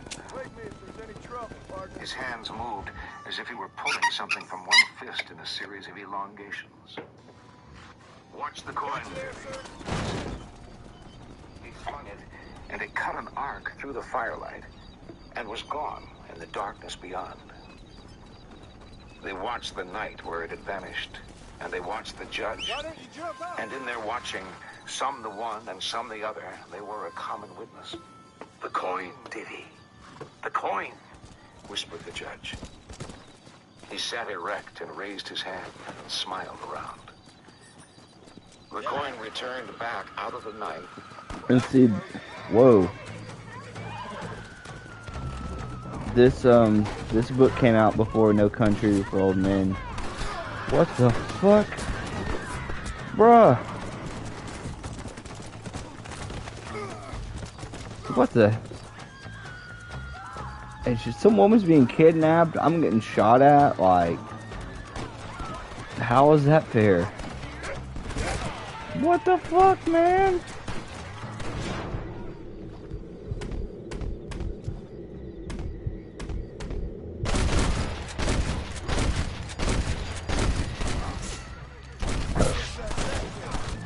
Okay, so now, like, I'm just, I don't know who I'm shooting at. Like, what the fuck, bro? That's some bullshit. And they're gonna give me negative honor. And crossed the fire with a faint, high droning. What a fucking sack block bullshit, empty, bro. And then it held the coin. There was a light slap, and it held the coin. What the fuck was that? Even so, some claimed that he had thrown the coin away and palmed another like it, and made the sound with his tongue. For he was himself a cunning old malabarista. And he said himself as he put the coin away what all men knew, that there are coins and false coins. In the morning, some did walk over the ground where the coin had gone. But if any man found it, he kept it to himself. And with sunrise, they were mounted and riding again. Give me the Thieves' Landing. The cart with the idiot in his cage trundled along at the rear. And now Glanton's dog fell back to trot alongside. Perhaps out of some custodial instinct. Just skip the classroom and love triangle parts and try watching the show at least. But Glanton called the dog to him. And when it didn't come, he dropped back along the little column. Alright, I don't know if I'm gonna get fucking attacked. Some bullshit. They began to come upon chains and pack saddles, single trees, dead mules, wagons. Saddle trees eaten bare of their rawhide coverings and weathered white as bone. A light chamfering of mice teeth along the edges of the wood. They rode through a region where iron will not rust nor tin tarnish. The ribbed frames of dead cattle under their patches of dried hide lay like the ruins of primitive boats upturned upon that shoreless void. And they passed lurid and austere the black and desiccated shapes of horses and mules. Okay, no, they're just gonna fucking straight up attack me. These parched beasts had died with their necks stretched in agony in the sand, and now upright and blind. Oh, not now? Askew with scraps of blackened leather hanging from the fretwork of They're not gonna attack me now, They okay. with their long mouths howling after the endless tandem They sun just started that shooting, passed but somehow it's my fault. The riders rode on. They crossed a vast, dry lake with rows of dead volcanoes ranged beyond it like the works of enormous insects. To the south lay broken shapes of scoria in a lava bed as far as the eye could see.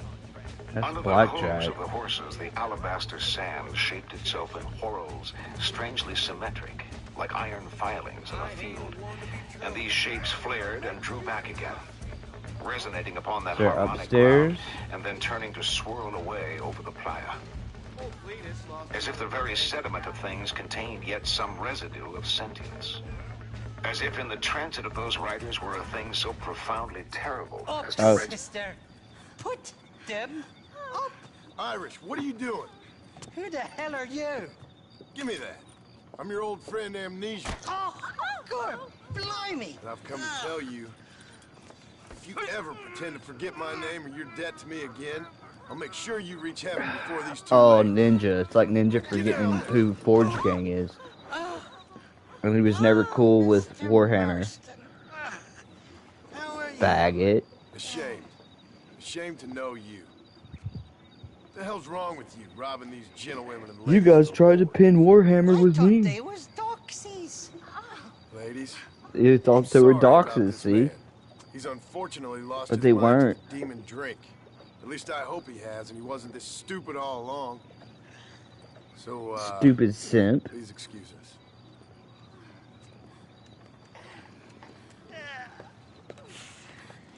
Now, Where is he saying that? Gun doesn't work. There's a Find that rather on upsetting, X, I don't think, bro. Heartbreaking.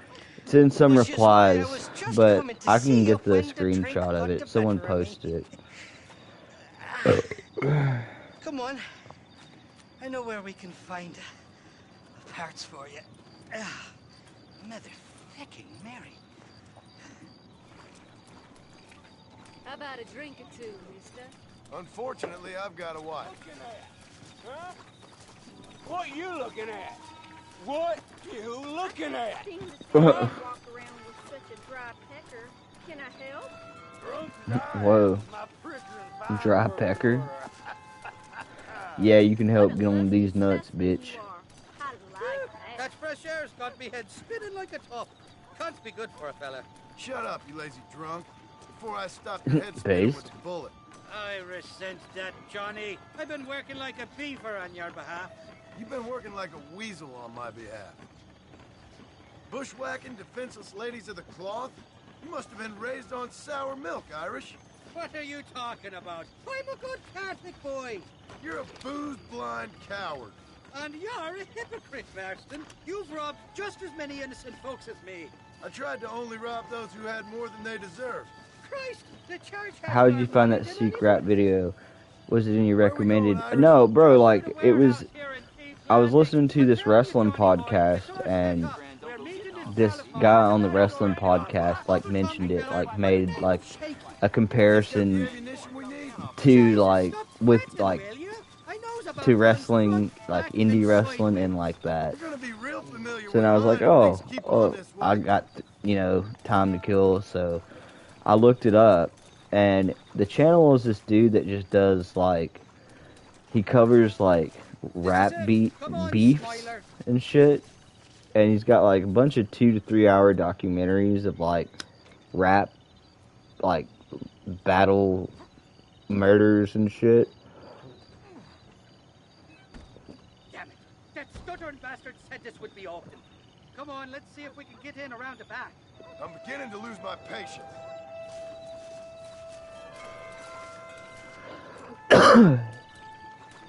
But yeah, like, it was on a wrestling podcast where they just talk about wrestling and what's going on and shit, and the dude brought it up, so I just, like, looked it up. This is your last chance, you good-for-nothing shyster. You've already wasted too much of my time.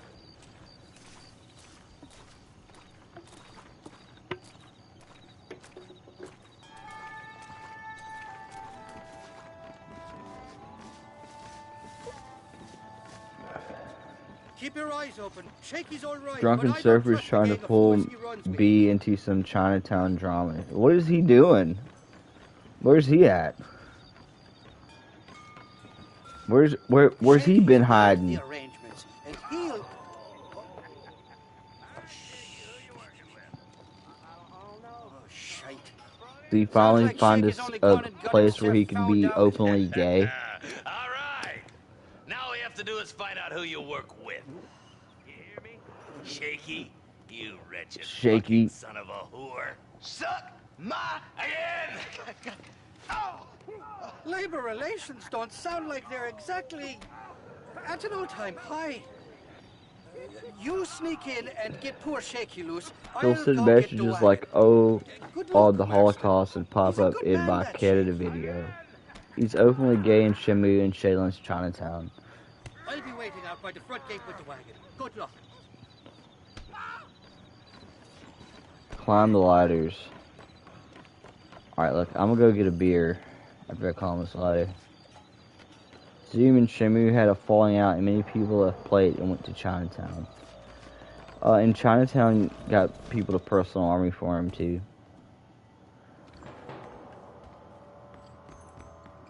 With Grossly and the Facebook mothers and all that. Alright, I have to go get a beer. Or two. Guess I'll climb this one too, fuck.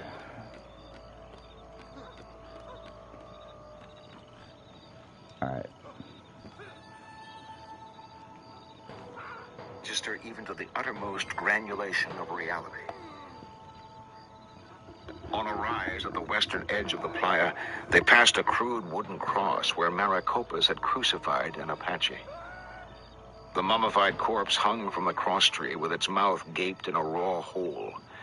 A thing of leather and bone scoured by the pumice winds off the lake, and the pale tree of the ribs showing through the scraps of hide that hung from the breast. They rode on. The horses trudged sullenly the alien ground, and the round earth rolled beneath them, silently milling the greater void wherein they were contained. In the neuter austerity of that terrain, all phenomena were bequeathed a strange equality, and no one thing, nor spider, nor stone, nor blade of grass, could put forth claim to precedence. The very clarity of these articles belied their familiarity, for the eye predicates the whole on some feature or part, and here was nothing more luminous than another, and nothing more in shadow, and in the optical democracy of such landscapes, all preference is made whimsical, and a man and a rock become endowed with unguessed kinships. And Ear Juice was a enormous self-aggrandizing piece of shit. Yeah, he pretty much was. and his streams were boring. The only thing that really made him interesting were like the plate people that joined. You know, otherwise he was just like some boring fucking Australian who like PvP doxed. From what I understand, A-Spaz is better at remixing than EJ. Well, yeah, A-Spaz is a lot better than Air Juice. Hell, Bronx Beats is probably better than Air Juice, to be honest. They grew gaunted and lank under the white suns of those days. And their hollow, burned-out eyes were Oh like shit, those of sorry. a ambulance surprised by day. Crouched under the That was my chat tablet. on some grand scale, like beings for whom the sun hungered. You hear that? Even the judge grew silent and speculative. He spoke of purging oneself of those things that lay claim to a man, but that body receiving his remarks counted themselves well done with any claims at all. They rode on, and the wind drove the fire. Yeah, I will agree, Bronx Beats remixing is better than Air an Juice. army of gray beards, gray men, gray horses. The mountains to the north lay sunwise in corrugated folds, and the days were cool and the nights were cold. And they sat about the fire, each in his round of darkness, in that round of dark, while the idiot watched from his cage at the edge of the light.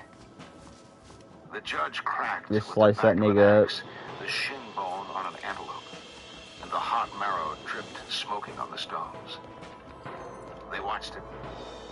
The subject was war. War. The good What book the says hell? that he that lives by the sword shall perish by the sword, said the black. The The black. judge smiled, his face shining with grace. What right man would have it any other way? He said. The good book does indeed count war and evil, said Irving. Yet there's many a bloody tale of war inside it.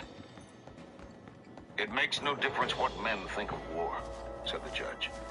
War endures. As well ask men what they think of stone. War was always here. Before man was, war waited for him. The ultimate trade awaiting its ultimate practitioner. That is the way it was and will be. That way and not some other way. He turned to Brown, from whom he heard some whispered slur or Get these demur. ropes off me! Aw, Davy. Thank you for your kindness, mister. I thought I was dead, man. My kindness is only as good as the bullets you can fetch up for me and your friend Irish. Let me down, and you'll be a dead man. This is gonna be one hell of a fight. Let's head for the door. Son of a bitch. It's your own trade we honor here. Why not rather take a What small the vow? fuck, dude? Let each acknowledge each. My trade? Certainly. What is my trade? Let's get out of here while we War. got the chance. War is your trade, is it not? And it ain't yours? Mine too, very much so. What about all that noble Hi, nigga. All other trades are contained in that war. Fuck, I got a drink. He said why war endures. Same with your pub next toilet. It endures because young men love it, and old men love it in them. Hold it, this is why war Is exists. that why war endures? No. It endures because young men love it, and old men love it in them. Those that fought, those that did not. That's your notion. The judge smiled. Men are born for games, nothing else. Meta. Child knows that play is nobler than work. He knows too that the worth or merit of a game is not inherent in the game itself, but rather in the value of that which is put at hazard. Games of chance require a wager to have meaning at all. Games of sport involve the skill and strength of the opponents, and the humiliation of defeat and the pride of victory are My in dox themselves is JC Denton. because they adhere in the worth of the principles that define them. But trial of chance or trial of worth, all games aspire to the condition of war. For here, that which is wagered swallows up game, player, all. Son of a bitch, dude. Suppose two men at cards with nothing to wager save their lives. Who has not heard such a tale?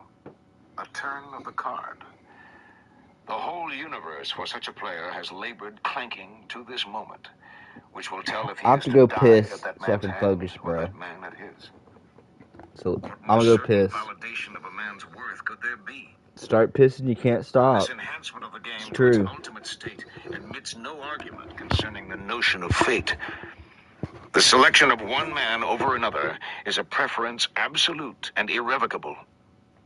And it is a dull man indeed who could reckon so profound a decision without agency or significance, either one.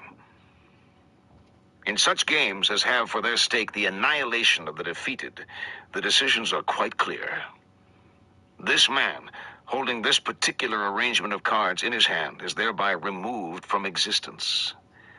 This is the nature of war, whose stake is at once the game and the authority and the justification. Seen so, war is the truest form of divination.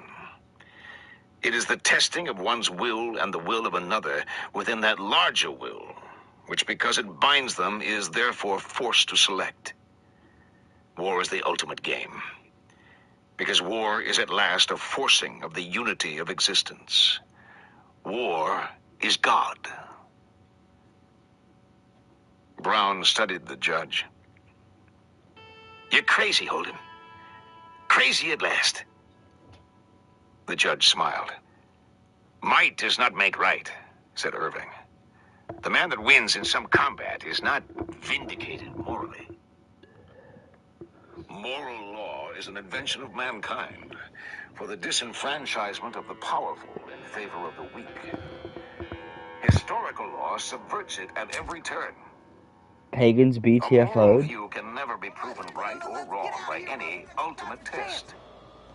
A man falling dead in a duel is not thought thereby to be proven in error as to his views. His very involvement in such a trial gives evidence of a new and broader view. The willingness of the principals to forego further argument as the triviality which it in fact is, and to petition directly the chambers of the historical absolute, clearly indicates of how little moment are the opinions, and of what great moment the divergences thereof. The argument is indeed trivial, but not so the separate wills thereby made manifest. Man's vanity may well approach the infinite. No, what the fuck? But his knowledge remains imperfect. And however much he comes to value his judgments, ultimately he must submit them before Bruh. a higher court. Here, there can be no special pleading.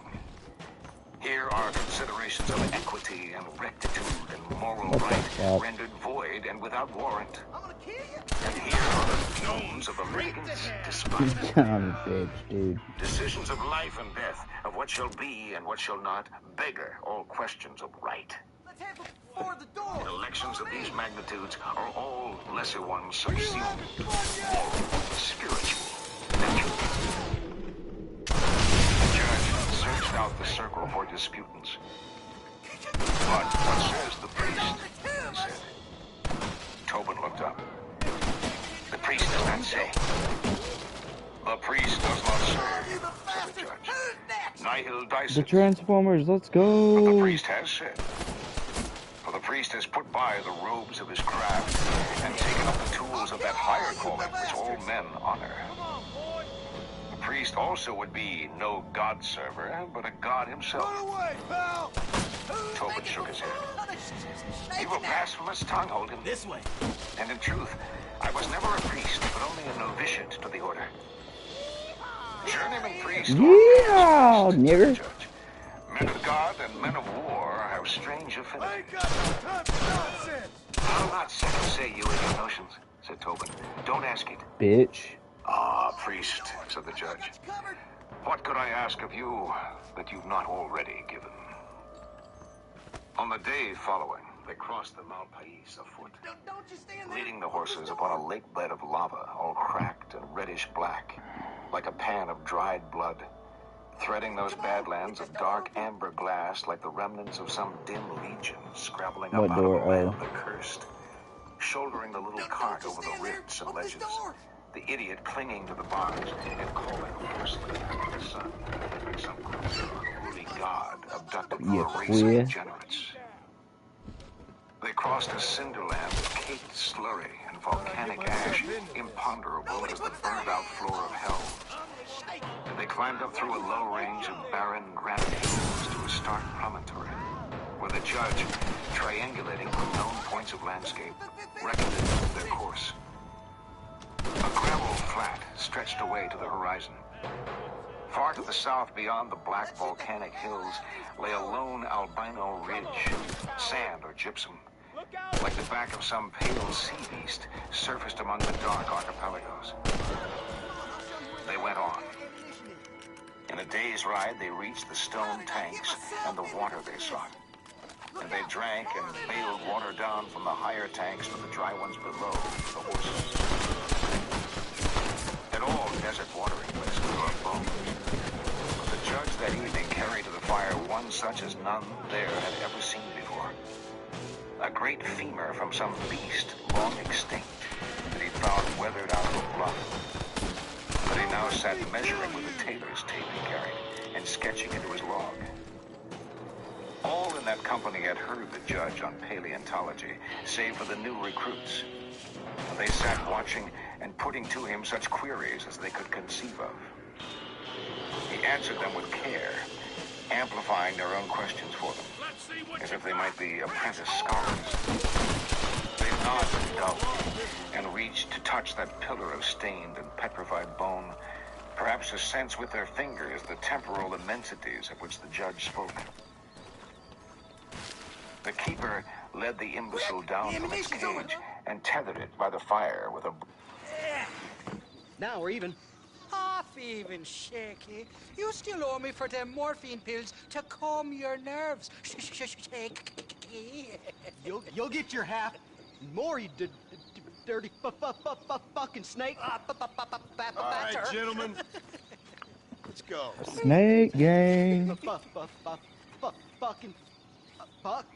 Fucking fuck. Come on then, Johnny boy. Let's Oh, go. fuck. Did you have fun in there, you and Shaky?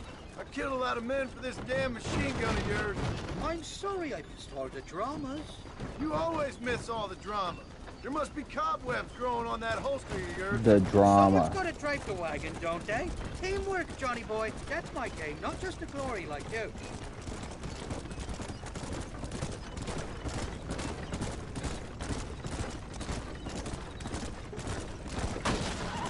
Damn! I knew they wouldn't give up that easy. Hold them up, Johnny. I'll get you back to McFarland.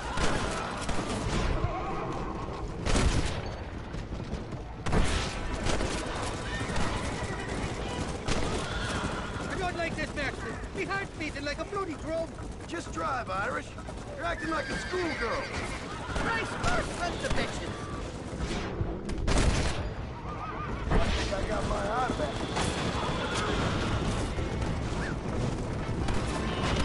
What the hell? We really ruffled him. Seems like having you Austin was dead.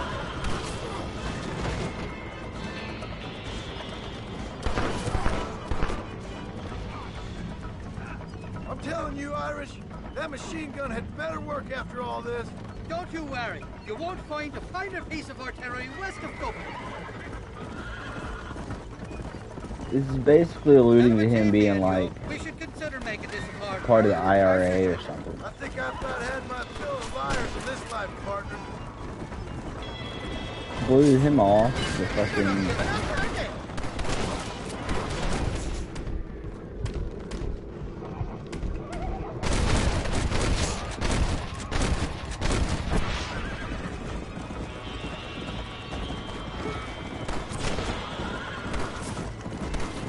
I don't know if I can take much more of this. They're shooting right at me. You're a real cold-blooded killer, Irish. Sakes, Goliath. How many are there?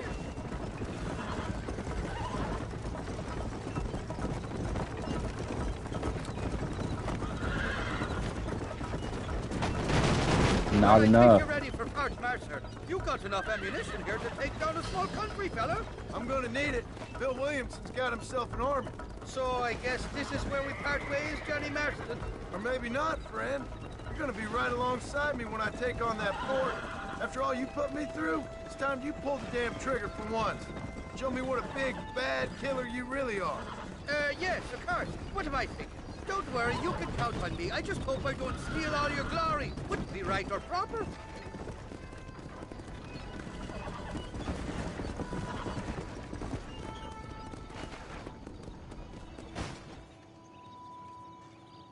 Impressive, Marston. We'll have West Dickens's wagon rigged and ready to go soon enough.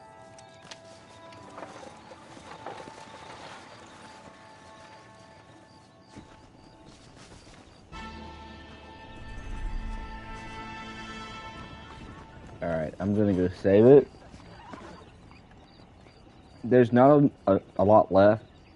There's like maybe 15 minutes left of this upload, and then I'll probably in the stream, because I might check out a little bit of the next chapter. I'll be going for 2 hours, so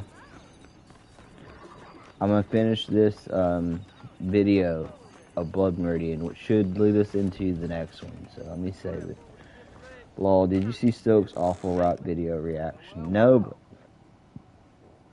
bro, I haven't. But dude, this is what I think, bro. Lil Shimmy, if Lil Shimmy dropped like a cover of the Not Like Us Forge Gang Not Like Us remix,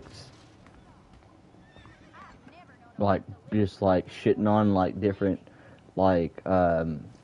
various people in the sector, Godwinson, Elaine, Silverman, Shaggy, King of Pole, Ninja, you know, pretty much just anyone, bro. Like, that shit would be so fire. And it's always Forge Gang Summer. It'll always be Forge Gang Summer! Let's go! Forge Gang Summer eternally. Alright.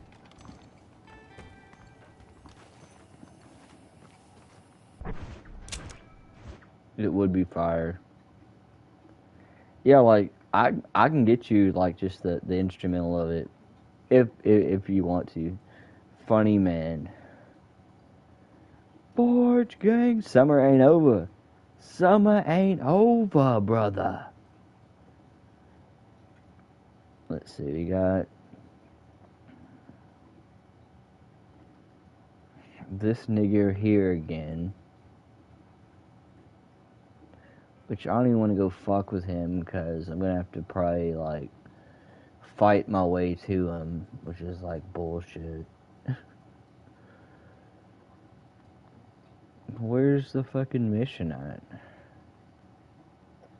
Marshall Johnson.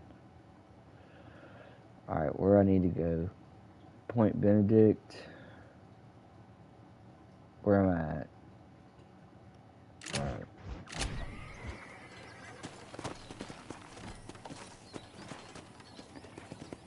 Braided horsehair rope that it could not chew through. And it stood leaning in its collar with its hands outheld as if it yearned for the flames. Blanton's dog rose and sat watching it, and the idiot swayed and drooled with its dull eyes. Forge Gang forever! The judge had been holding the femur upright in order to better illustrate its analogies to the prevalent bones of the country above. And he let it fall on the sand and closed his book. There is no mystery to it, he said. The recruits blinked dully. Your heart's desire is to be told some mystery. The mystery is that there is no mystery. He rose and moved away into the darkness beyond. I think that's being a little bit too, like, big brain. Said the ex-priest, watching his pipe cold in his teeth. Like, just trying to be too smart to be smart for no reason. As if he were reason. no mystery himself, the bloody old hoodwinker. 3 days later, they reached the Colorado. They stood at the edge of the river watching the royal... Is that a gas pump pistol? Yes. Steady Yes, it is, bro. out of the desert. It's a cattleman revolver. From the shore and flapped away. Oh, look, it's a collie shepherd dog. What's up, girl? And stood Hello. and looking up with their muzzles dripping at the passing Can you put the gun up? Hello, dog. Upriver, they encountered in camp the remnants of a wagon train laid waste by cholera. The survivors moved among their noonday cookfires or stared hollowly at the ragged dragoons riding up out of the willows. Their chattels were scattered about over the sand, and the wretched estates of the deceased stood separate to be parceled out among them. There were in the camp a number of Yuma Indians. The men wore their hair hacked to length with knives, or plastered up in wigs of mud, and they shambled about with heavy clubs dangling in their hands. Both they and the women were tattooed of face, and the women were naked save for skirts of willow bark woven into string. And many of them were lovely, and many more bore the marks of syphilis. Oh. Glanton moved through this balesome depot with his dog at heel and his rifle in his hand. The Yumas were swimming the few sorry mules left of the party across the river, and he stood on the bank and watched them. Downriver, they drowned one of the animals and towed it ashore to be butchered. An old man in a chateau coat and a long beard sat with his I don't want to get involved. Where's your old horses? Probably gonna lose honor for that because I'm like, don't give a fuck about some event right now. How do you aim to cross? On the ferry. He looked cross river to where the old man gestured.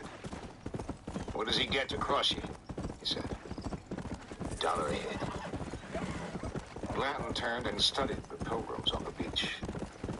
The Extorting pilgrims for like ferry travel. And it came up and sat by his knee. The ferry boat put out from the far bank and crossed to a landing upstream, where there was a dead man built of drift logs. The boat was contrived from a pair of old wagon boxes fitted together and caulked with pitch. A group of people had shouldered up their dunnage and stood waiting. Glanton turned and went up the bank to get his horse. The ferryman was a doctor from New York State named Lincoln. He was supervising the loading, the travelers stepping aboard and squatting along the rails of the scow with their parcels and looking out uncertainly at the broad water. A half-mastiff dog sat on the back watching. At Glanton's approach, it stood. Alright, I'm gonna go piss. The doctor turned and shaded his eyes with his hand. I'm gonna do Glanton this mission maybe, They shook and then hands. end it. My pleasure, Captain Glanton. I'm at your service. Glanton nodded. The doctor gave instructions to the two men working for him, and he and Glanton walked out along the downriver path, Glanton leading the horse and the doctor's dog following some 10 paces behind.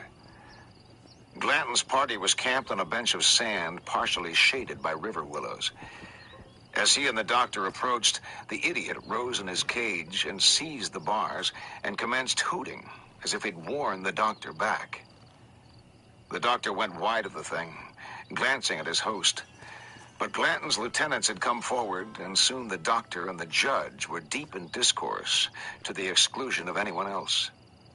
In the evening, Glanton and the judge and a detail of 5 men rode downriver into the Yuma encampment. They rode through a pale wood of willow and sycamore flaked with clay from the high water. And they rode past old acequias and small winter fields where the dry husks of corn rattled lightly in the wind. And they crossed the river at the Algodones Fort. See what this is. When the dogs announced them, the sun was already down and the western land red and smoking. And they rode single file in cameo, detailed by the...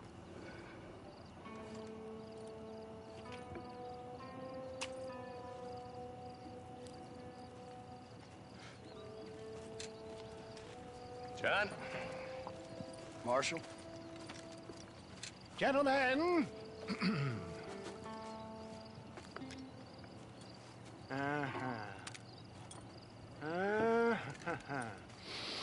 It's time. We must go. Why? What's happening? Seth has managed to get himself inside. But we can't leave it too long, or they will soon realize how very curious he is and remove him from the premises. Or slit his throat and watch him bleed to death.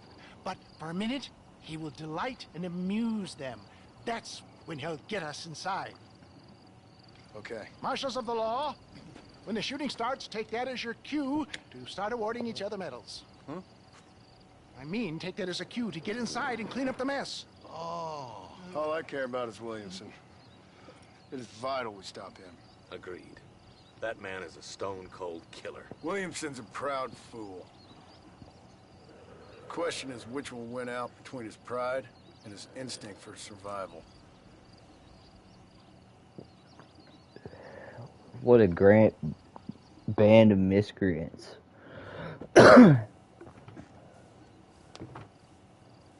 Ensconce yourself in the back of my wagon, John, so that we can make our grand entrance.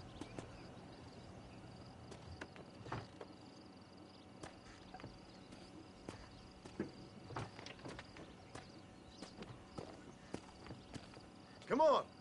Let's go. Let's go! Gatling gun. Forge Gatling gun. Just stay put till I tell you otherwise. That scoundrel Seth had better not let us down. Once we're inside and I've lulled our adversaries into a false sense of security with some beguiling sales patter, I will give you the signal. What signal? The moment you hear a sharp rap on the side of the wagon, rise like the phoenix and start shooting like you've never shot before. This is it, my dear boy. A moment of truth. Me and you, John. One Let's last go. time into the breach. This is going to have to be the performance of my life. I hope my nerves don't get the better of me. I'll be honest with you, John. I'm a little jittery. John? John? It reeks of miracles back here. Thank God. Now be ready with that machine gun, my dear boy. I'll be a sitting duck in there.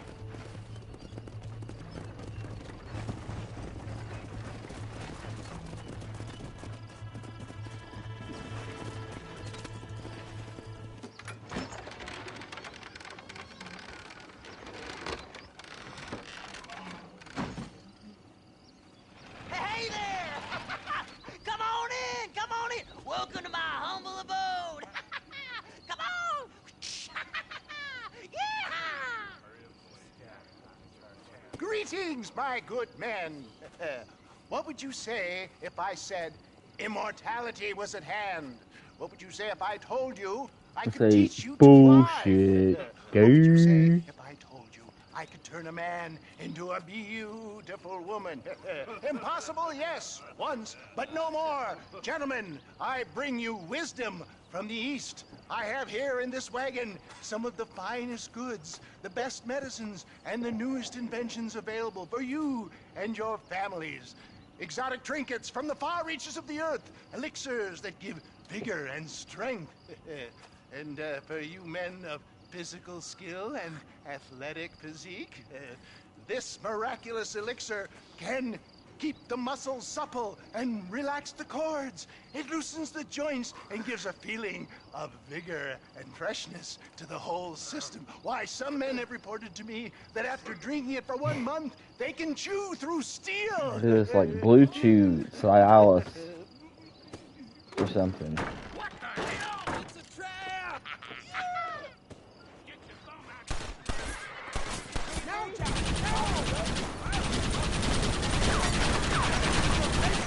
Let's go. I'm hard.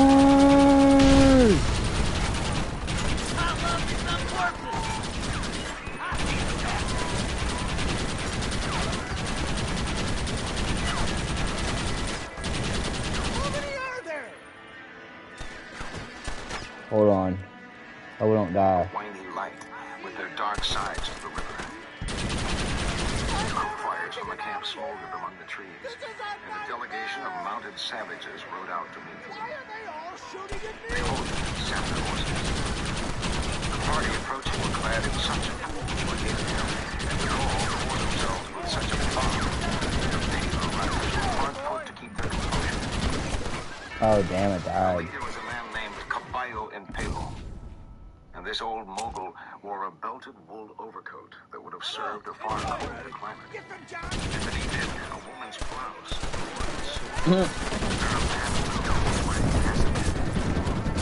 He was small and wiry, and he had lost an eye to the Maricopas. I was taking a And damn he presented drink. the Americans with a strange, priapic leer. I have to go get May another have at beer one soon. time been a smile. At his right rode a lesser chieftain named Pasquale in a frogged coat out at the elbows, and he wore in his nose a bone hung with small pendants. The third man was Pablo. He was clad in a scarlet coat with tarnished braiding and tarnished epaulets of silver wire. He was barefoot, bare of linen. He wore on his face a pair of round, creamy goggles.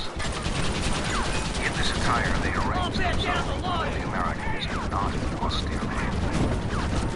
Brown spat the ground with disgust, and Blanchard shook his head. Hey, you crazy-looking bunch of niggas. Crazy-looking bunch of niggas. Only the judge seemed to weigh them up at all, and he was sober in the doing, judging, as perhaps he did, that things were so what they seemed. "Way to start this," he said. The mogul tossed his chin, a small gesture darkened with a certain ambiguity. "Buenas tardes," he said. "De dónde viene?"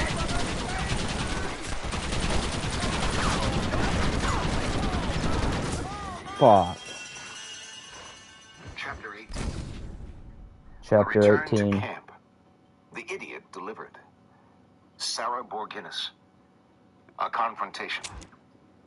Bathed in the river. The tomb.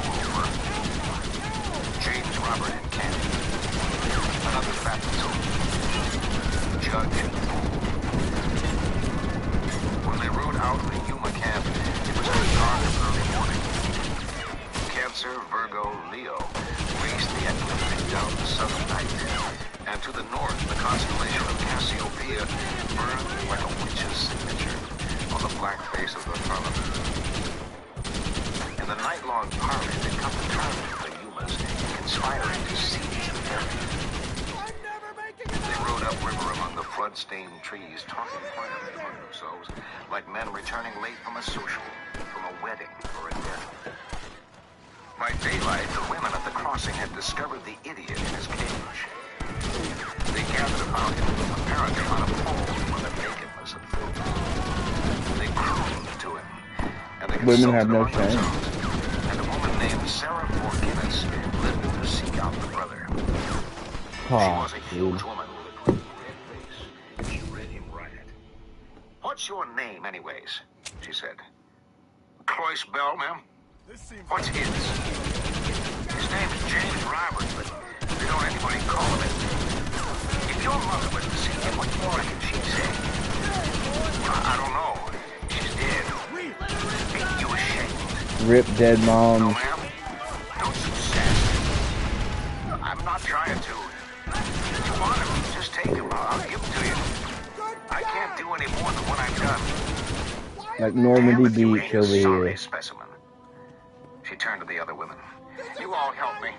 We need to bathe him and get some clothes on him. Somebody run get some soap." "Ma'am," said the keeper, "you all just take him on to the river." Toadvine and the kid passed them. They were dragging the cart along. They stepped off the path and watched them go by.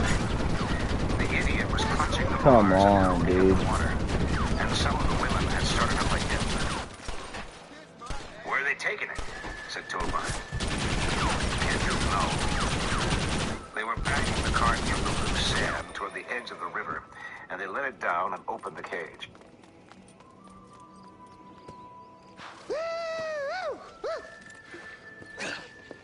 Fucking dang pig! Them cocksucking son bitches escaped the other side of the fort. All right, let's go. Come on, let's go!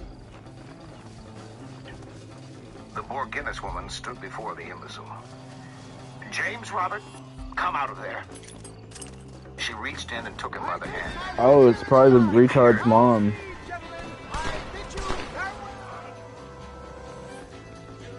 I'm coming for you, Bill!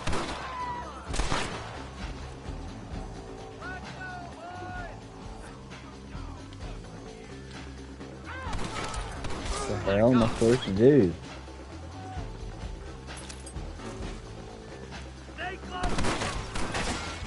Oh shit, I'm gonna die.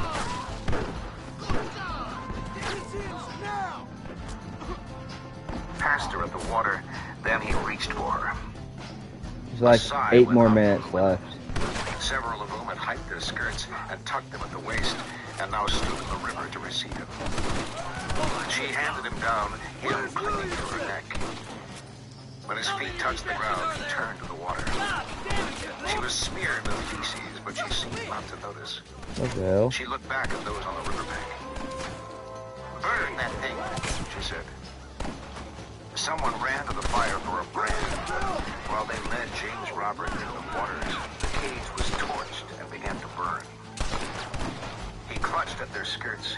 He reached with a clawed hand, shivering, drooling. "He sees himself in it," they said. You give me Williamson. Imagine having this child penned up like a wild animal. The flames from the burning cart crackled in the dry air, and the noise must have caught the idiot's attention, for he turned his dead black eyes upon it. "He knows," they said. All agreed. The Borginnis woman waded out with her dress ballooning about her and took him deeper, and swirled him about, grown man that he was, in her great stout arms. What? She held him up. She crooned to him. What did he do? Kill himself? Floated on the water. A deputy has died? We killed everyone. Did he shoot himself? Let's find those bastards!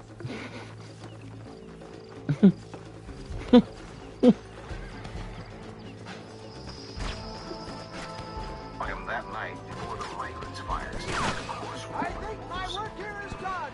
his thin neck turned with his outsized shirt. They greased his hair and combed it flat upon his skull, so that it looked painted on.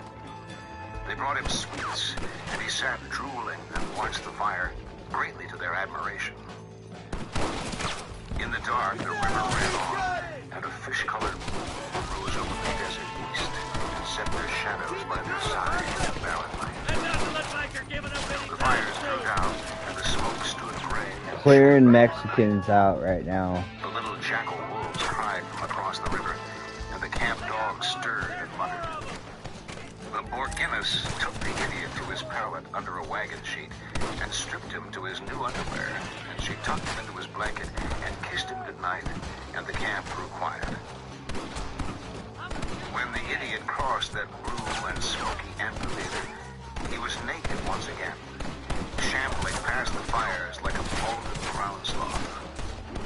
He paused and tested the air, and he shuffled on. He went wide of the landing and stumbled through the shore willows, whimpering and pushing with his thin arms at things in the night. Then he was standing alone on the shore. He hooted softly, and his voice passed from him like a gift that was also needed, so that no sound of it echoed back. He entered the water. Before the river reached much past his waist, he lost his footing. I'm trying, nigga. Like, the fuck? Now the judge, on his midnight rounds, was passing along at just this place, That's stark the last naked of himself. We still can't find Williamson anywhere. Hey, it's the snake oil guy! Gentlemen, let me in, for goodness sake! That fool must be hiding. Men, it is time to start tearing this place apart and find out where he's cowering! A sense of urgency here, please! Open the gate! It's the snake oil guy! Get the goddamn gate open and lock it behind him! Oh, we've got company, gentlemen. These scoundrels have got reinforcements riding this way. It's like the Alamo all over again. Except with, like, criminals.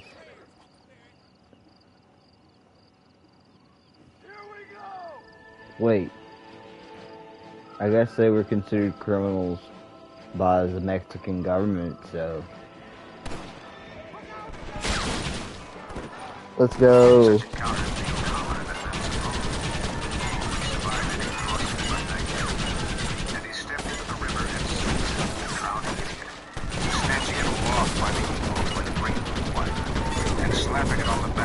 Why, dude? A birth scene or a baptism or some ritual not yet inaugurated into any canon.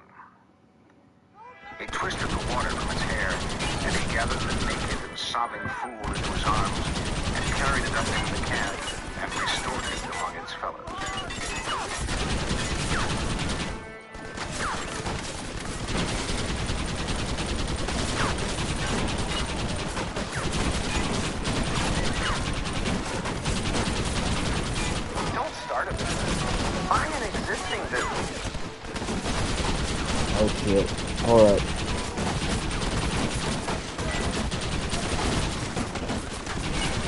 I'm not trying to buy businesses right here. Right now. We're trying to fucking kill niggas. I think that the video might have ended.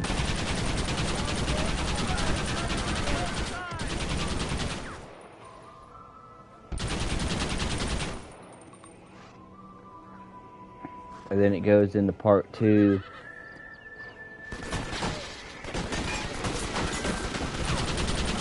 Show the horses.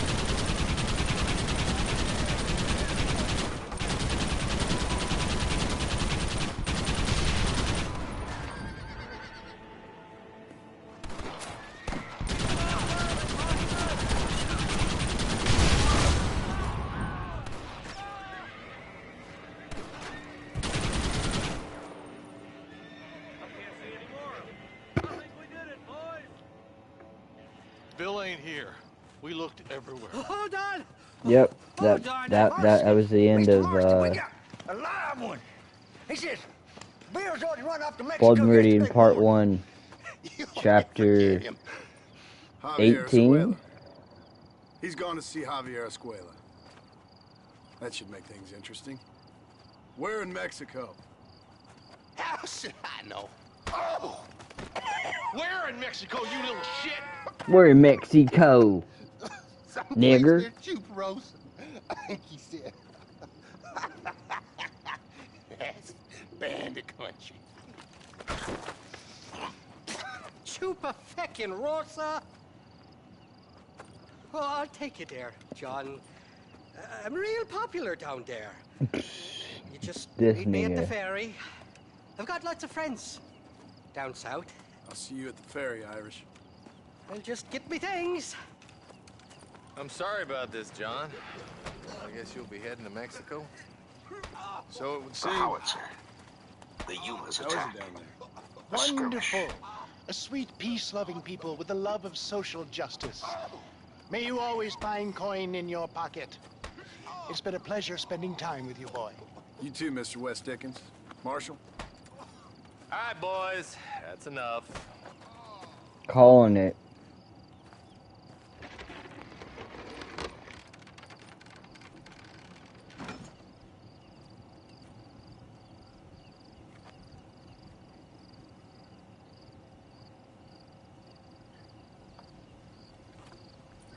Hard man.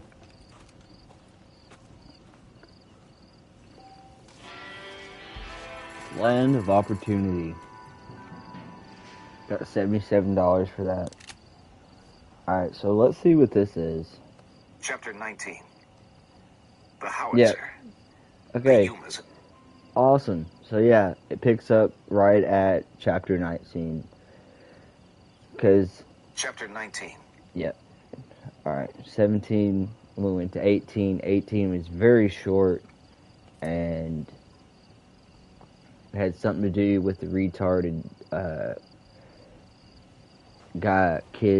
man's that mom finding him and like want him to come back or whatever. So yeah, alright, we're on chapter 19. Let's go. It's 3 hours. So that'll be split between, alternated between Red Dead Redemption 2, which will be next, which is the longest running series on this channel. And yeah, so thanks for everybody that came out, watch the stream, catch it on the replay, share it, or you know, who cares? Don't watch it. Don't watch it would probably be better than not. How long was Shinmu 2? I have a playlist of it.